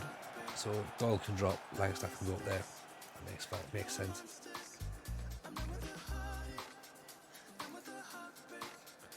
Change him to poacher maybe, see if he works better as a poacher this season, Brothers. All the goals he's scored, it's like seems really bizarre. He's suddenly start drying up. But then again, he has made the step up in the Football League now, so.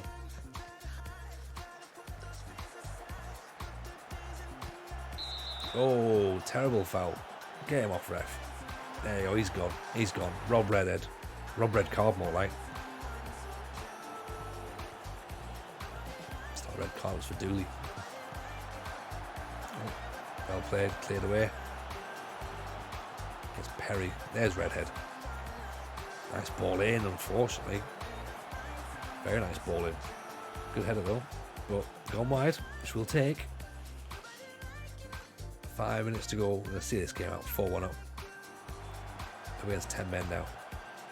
3 minutes to go. I'm relatively confident we can see this one out. Good ball. Langstaff's going to chase. No, he's not. No, he's not. Thought about it, but then realised he had a lasagna the other day. So he's not really fussed about chasing things down. Lembishka. Great ball. Langstaff needs to do better. What a ball that was by Lembishka.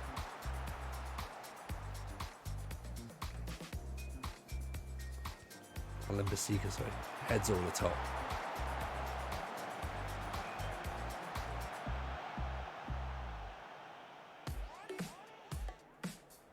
There we go, that'll do. That'll do. What about that? 4-1 win.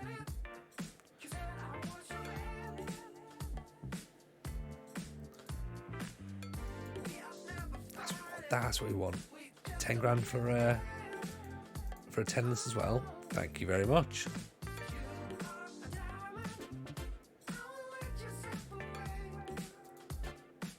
Set a record new low attendance. Oh dear. 491 people turned up for that. Previous lowest attendance was 608, so it was literally a noticeable drop off there. You know what I mean? That is massive. It's like, yeah, it's terrible. It's terrible. Play attacking football, play counter-attacking football. Honestly, they're not actually fussed about that. They're like, okay, we're not doing very well there. Right, okay.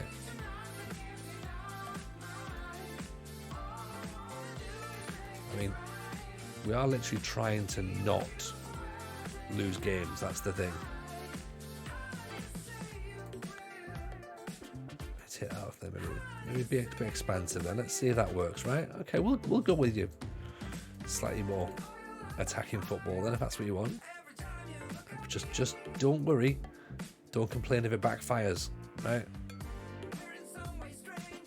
Because it might do. It might do. It probably will, actually. Up against Stevenage. Here we go then.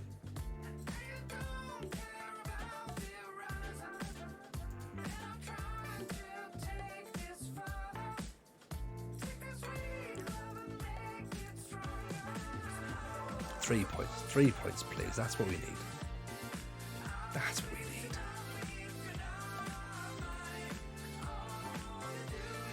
Then Tranmere and Oxford. I mean, the games are coming thick and fast.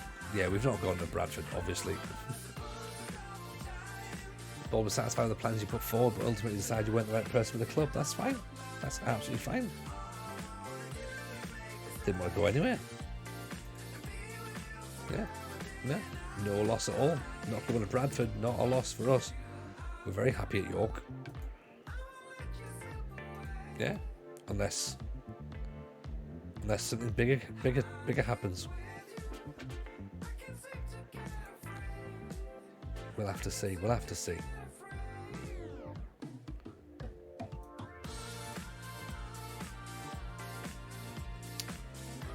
Players still missing. Whitley can go on the bench. He's not fully fit. He's still quite injured. He's still quite injured, actually. Right, let's go. Here we go then. Up against Stevenage. Let's get it. 3 points, please. Against bottom of the table. Oh dear. Ball's already with Stevenage. That's never a good start. It's never a good start. Oh. Oh, shit. Oh, dear. Oh, dear, oh, dear. 6 minutes in. 1 mistake. 2 mistakes. 3 mistakes. That's not the start we wanted, is it? That is not the start we wanted. They moved Stevenage to within 6 points of us now.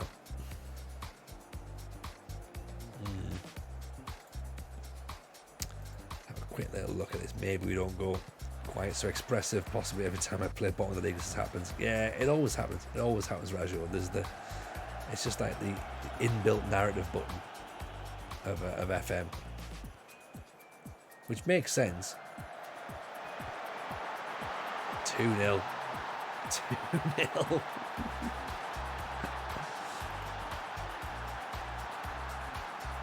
All over the place. Absolutely all over the place.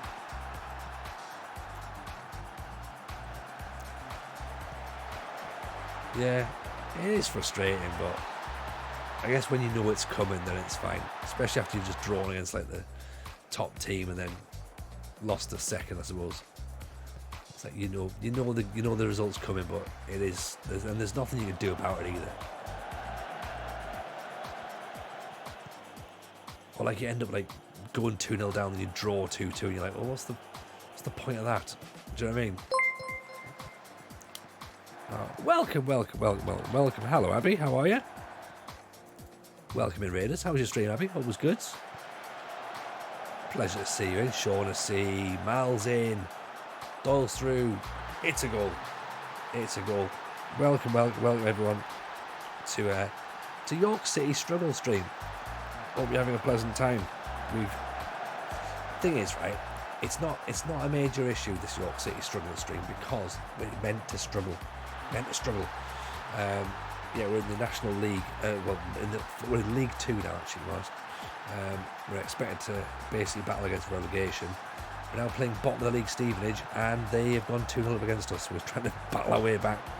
It's almost 2-2 there. Yeah, looking forward to it, Shaughnessy. Very much looking forward to it. Can't wait to see how it goes down, to be honest. So, yeah, Should be decent. There you go, 2-2, that'll do. Yeah, I put in a decent one with a bit of practice with stick piano in the draft club yesterday. Beat him, so happy with that. Can't be too upset there. So, yeah, looking forward to getting a bit of drafting in. Rimster sacking when? I don't think we'll be getting a sacking because we've done back-to-back promotions and we're expected to battle bravely against relegation. We're currently like about 15th or something maybe in the league, and there's 42,000 teams in League Two. So we should be fine. We've just been offered we've just had a job interview with Bradford actually, which didn't go particularly well, which is fine. We didn't really want the Bradford job anyway, because there they are. Yeah, we're 17th, so we're still fine. We're still fine.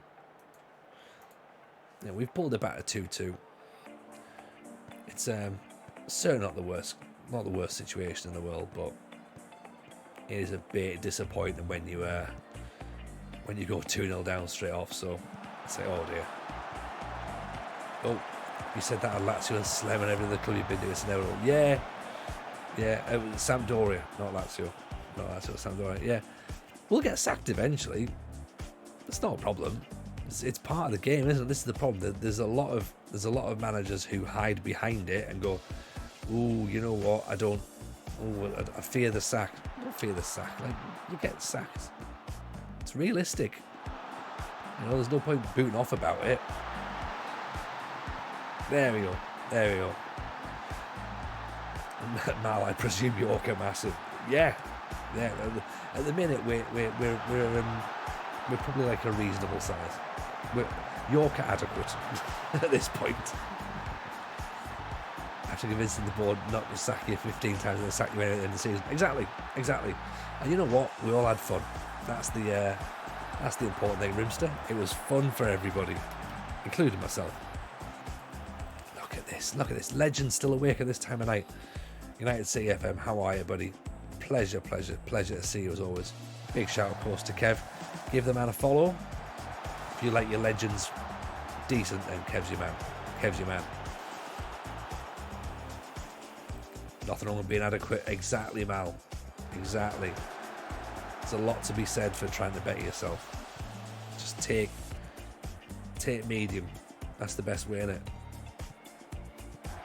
It's the best of everything. How was your time away? It was very nice, thank you, Kev. Very nice indeed. Oof. Yeah, we had a lovely little time. The first day was a bit crap, to be honest. We had to change accommodation and therefore also location. But apart from that, it was lovely. We managed to get ourselves nice and relaxed, and we had a bit of lovely time away with the family. And then, yeah, didn't open the laptop at all for a week. It was brilliant.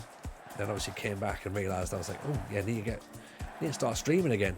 So that's something we've got to do. I do sound healthier. Thank you. What a ball. What a save. Yeah, I feel a lot more refreshed, to be honest. So can't complain. It was a nice time off. But yeah, missed everyone. So it's nice to be back. And seeing it. Hope you held the fort down for me while I was away. That's obviously what we hope for. I hope you're well as well, by the way. Kev, because obviously not seen you properly, not supported you properly since we come back. But yeah, I hope you've had a pleasant time also. I'm sure you've all kept up on FMT. If you haven't, get it downloaded. The episode with the Beast of Belfast, big demo. This week, and also there you go. There's some links to tickets for FMT Live in Nottingham, 7th of November. It's basically going to become an FM meetup, to be honest. There's a lot of people going to come from the community, so it should be good. We'll have the show, have a few drinks afterwards. As I say, a bit of an FM meetup, a bit of a chat, hang out. Should be good. Get yourselves along. Great ball. Oh, Bradders. There we go. So, Rimster, yes. York's going fine. So we've done a journeyman here. We were at Brackley for 4 years, and then we've done back-to-back promotions with York, National League North, National League, into League Two now. So our first time in League Two. So we're currently seeing how we get by with it, and We started the season all right. We won our first game. We won our third game as well. And then, third game. And then it was like, okay, couple of defeats. Just sort of slowly moving our way back down the league, but it's fine, you know. As I say, we're expected to be sat in the bottom two positions, and at the minute we're not, so can't argue with it. It's Murder Ball in effect. We've not had to crack out Murder Ball yet, but it's always nice to have it up our sleeves, isn't it? And one day, it's like the red button. You're like, do not press. We'll only press in case of emergencies. And when you press it, Murder Ball happens, and you can't go back. It just has to happen. Indonesia knew all about it. I've used it in PvP before as well. There's been some moments when Murder Balls had to come out, so it's nice. It's like martial arts. You learn it, so you never have to use it. You have to experience Murder Ball, I think. But yeah, Damo was definitely a legend. Kev, you're absolutely right. He's just a top dude. Very, very funny man. Very funny man as well. Loves his FM. Loves his Manchester United. We could have spoken him for hours, but obviously he's a man who was very generous with his time, I must admit. Let me just very quickly clear my throat.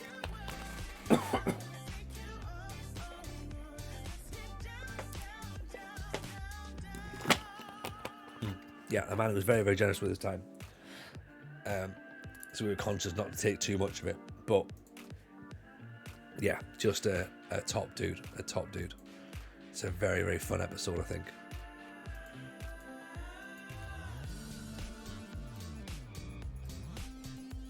Indonesian journey, man, what a time that was. Yeah, that was the time. We all loved Indonesia.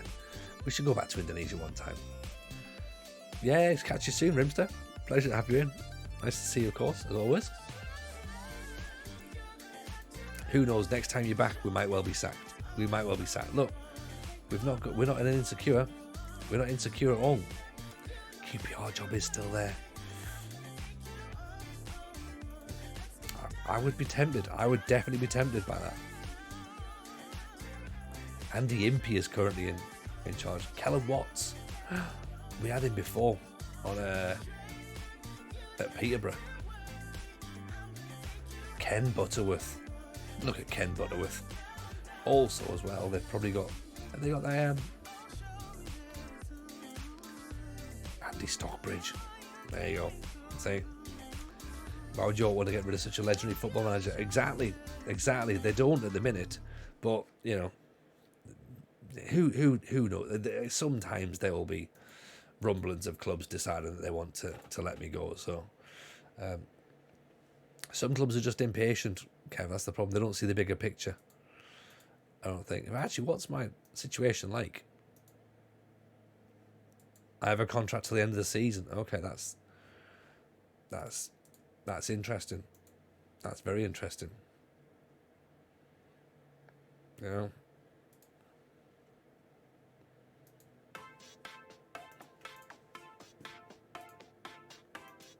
We might have to talk. Myself and the board may have to have a conversation and go, what's the crack here then? You know, what we're doing going forward. You know, job security is overrated. Exactly. You know, I don't need to be that secure just yet. I'm all right with it. But Northcote. Part of me wants to chuck Whitley back in, but I know he's still injured. If I stick him in, you know for a fact he's going to get injured a bit more, isn't he? Have you got a clubhouse that can host a comedy night? Mate, to be honest, I think the easy jokes is how sometimes it's how the team play. That's the comedy night, isn't it? I was used to I did a gig at we used to run a gig at Huddersfield, and that was in the training ground, and they said that it was difficult sometimes trying to advertise the gig if if the team were playing badly, because they were just like, they used to always have the whole scene of comedy on the pitch, because of course, you know, football fans are hilarious. But yeah, so it can be a bit tricky.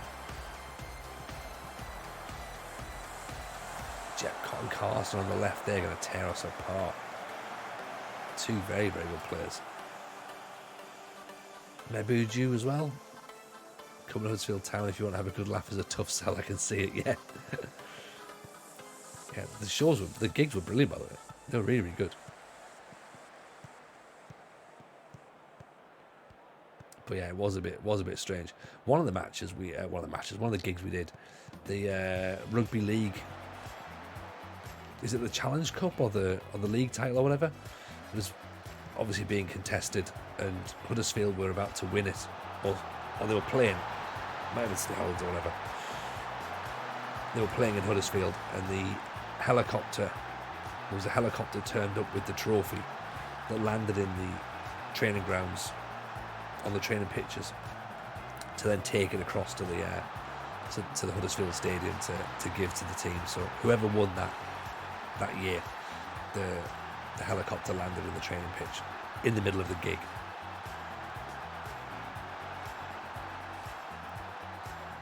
So taking the lead against top of the table Tranmere. Sorry, second of the table Tranmere. I'll give them credit. Top of the table is fine, right? Top of the table-ish. It's a big opening goal for us.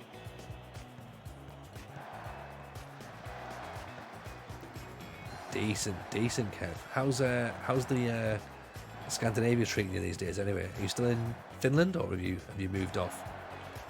Obviously, again, that's been part of being away. I've not caught up with anything, so I'm miles behind on people's content. Look at this possession. This is beautiful stuff.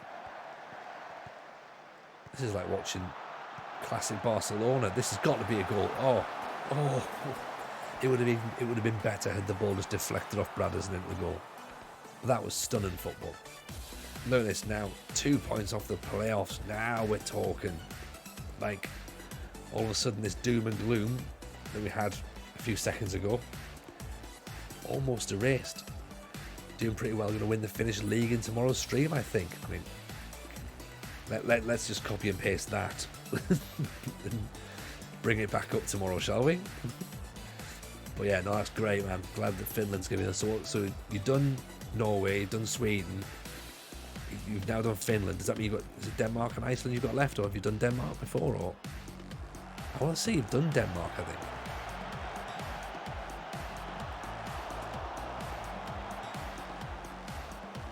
I think you were Copenhagen or something, weren't you?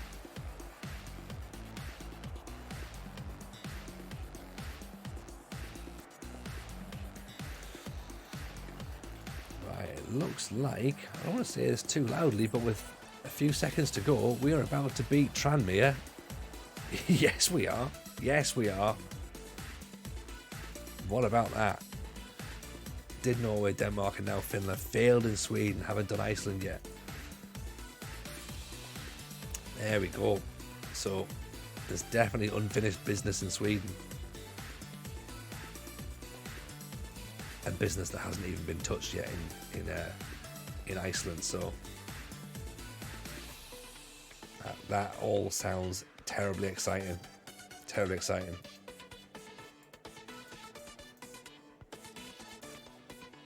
That's a great result. That's a great result against Tranmere.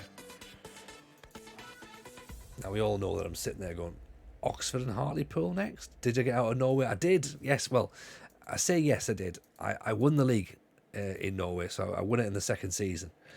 I haven't actually gone back to it yet, so I do have to now go and move to Sweden, but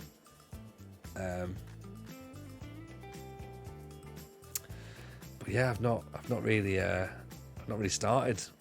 I've not gone looking for a job in Sweden. I've got I'm not even sure what that question is, so I'm just going to have to take a guess here. Bradford can do whatever the question was there. Yeah, so I need to go and get a job in Sweden now, and not just a job where we can hopefully win the league, Otherwise, it's going to be a bit of a tricky one, right? Crystal Palace job's looking precarious. Middlesbrough, Ipswich, say Port Vale, Wickham, QPR. Still, no one's going for the QPR job.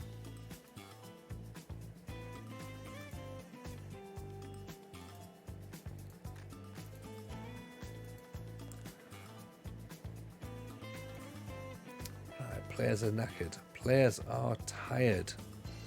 Very tired indeed.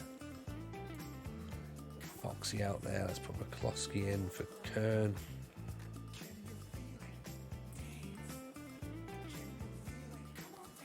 Davenport. Yeah, do it that way. Bradders can be replaced by Tyrese.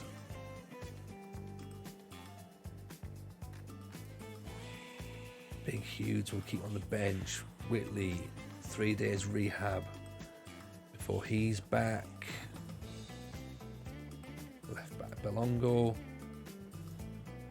Go. That's the thing, being willing to wait for the right club to be available. Yeah, exactly. Otherwise, it's like you can join Helsingborgs, but probably not going to win the league with Helsingborg anytime soon. I see. Then are you essentially just cutting off a year for no reason? So we'll see. But then again, I'm like, well, do I just keep playing in Norway until the job comes up? Probably, because I've got the Champions League now. So that seems to be the plan. So maybe try and get onto that a little bit this week. But I've also got this Villa rebuild that I want to do as well for YouTube. So I need to try and play that. At least get the first season finished. So I can get the first episode out, and I'll do it as like a sort of. The interesting thing is, I'm trying to play it. I know some rebuilds are just simulations, and that would be much quicker for everybody, but I'm physically trying to play it because that's the whole point, isn't it? Great goal.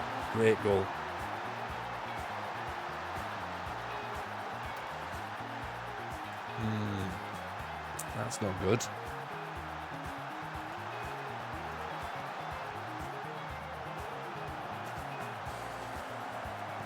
It's kind of decent, isn't it?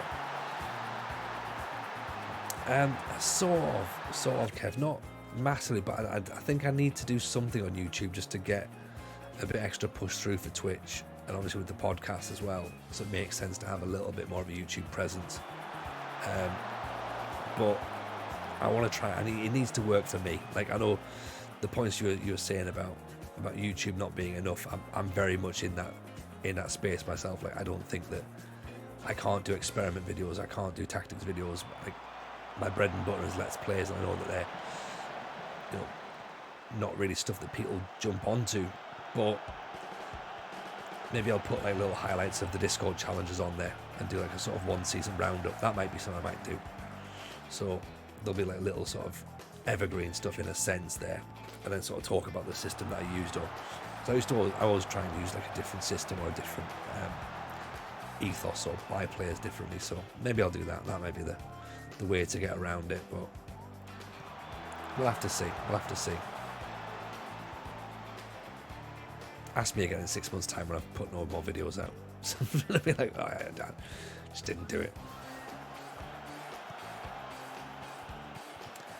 Yeah, I've got a TGFM live channel as well, which is just going to be all the streams put them back on there the following day. So that might be something as well. It's a nice way for people to refine the content and get back on it, Wish you all the success in the world, mate. Kev, you're one of life's beautiful people. You know that.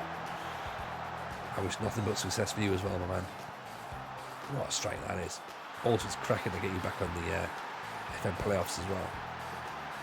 It's a massive fan of your work, as you know.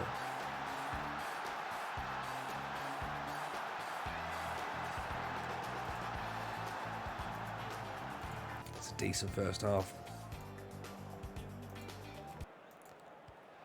Oh. Pressed the wrong button there, completely wrong button.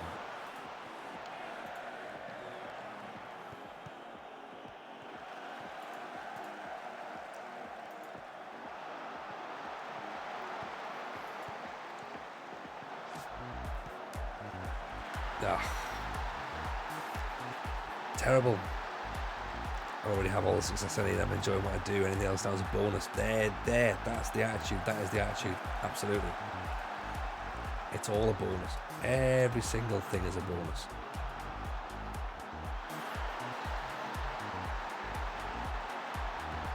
I'm with you on that one, Kev. It's all just fun, isn't it? Just fun. And that's how the success happens, because you just have fun with it. Briscoe.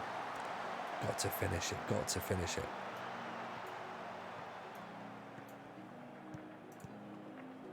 You know, if you don't have fun with it, then it's not going to work, is it?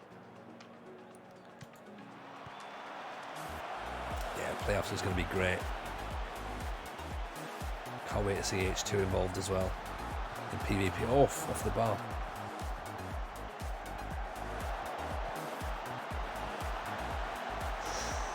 Saved by the keeper.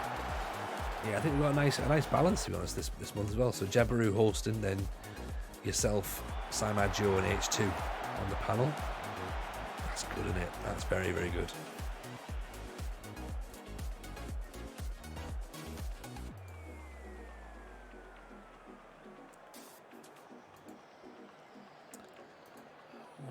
What are we going to do? Hewlin.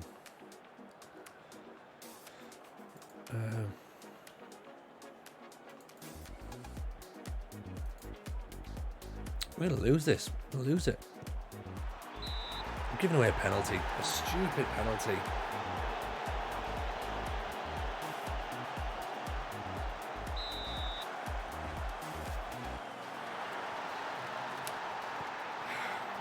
What about that? What about that?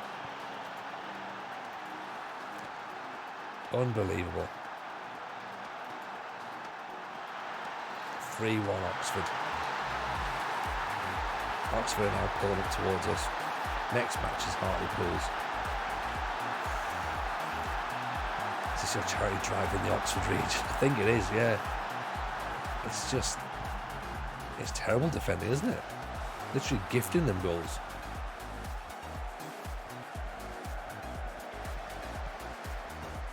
They're not even having to work for it.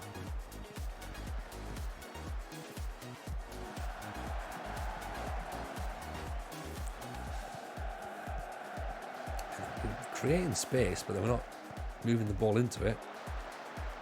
That'll do. McCloskey gets a goal. It doesn't even touch anybody, but that'll do.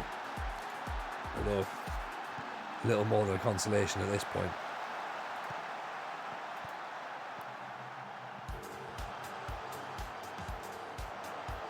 Nice defender and goalkeeper getting away with each other.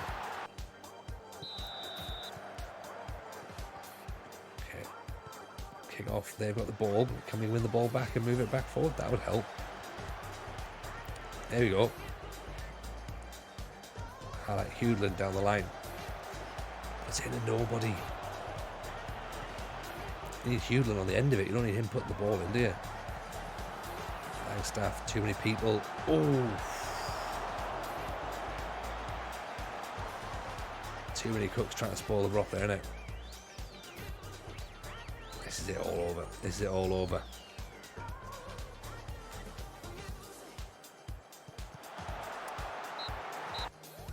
There you go.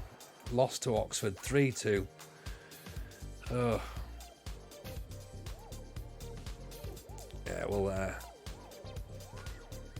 we'll piss a couple of those players off, but I think they should have done better there. I think they should have done better. And I know that that's going to probably anger some people. So we shall see. Evening, Gouda. How are you? How are you? Welcome, welcome, welcome. Yeah, we've all done that, Richard. We've all done that.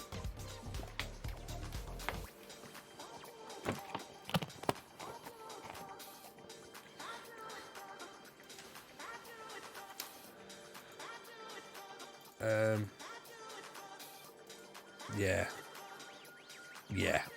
It's one of those, isn't it? I'm tempted by the QPR job, you know. I know we've been at York for 3 years, right? Evening, Gowd. I hope you're well. Hope you're very, very well. Big shout all the way to Gouda. If you've not dropped him a follow, please do so. He's a man who deserves a lot more support, I think, on this platform. You know what? Let's put into it. We can always defer it to the end of the season, can't we? What have they got? A League One, a Papa John's, a Championship. Yeah. AJ, take it easy, buddy. Pleasure to see you as always. We'll catch you soon. In fact, to be honest, you're probably not the only person who's going to be heading off to bed right now. I may start to... Let's have a little look, actually, because Hartlepool's the next match. I don't want to go headlong into... Oh, there you go. QPR have already sorted their manager out. That's fine. That's one less thing for us to worry about now. Yeah, well, we head into the Hartlepool game. I don't want to... If we do Hartlepool, then it's like Grimsby in it. Weeks is injured. What have we done there? You know what? I'm fine ending on a defeat. That's one of those things. I know that people say like, "Oh, don't end on a defeat." I'm fine with ending on a defeat. It's okay. It's not the end of the world. We can fix this at some point, somehow, in the future. I don't know how, but I'm sure we will. I'm sure we can make it work. We can make it work tomorrow. No, we can't make it work tomorrow. We're drafting tomorrow now. We'll make it work on Friday. We'll come back on Friday and we'll fix it properly then. What we will do though is we'll go and send you over to Limo, I think. Limo. Yeah, we can't actually go, unfortunately, to QPR because they've already done it. So what a bunch of bastards. Right, pleasure as always, everyone. Take care of yourselves. We'll see you very, very soon. See you tomorrow night. Come and watch us draft tomorrow. Go and give Liam all the love. All the best. Bye now.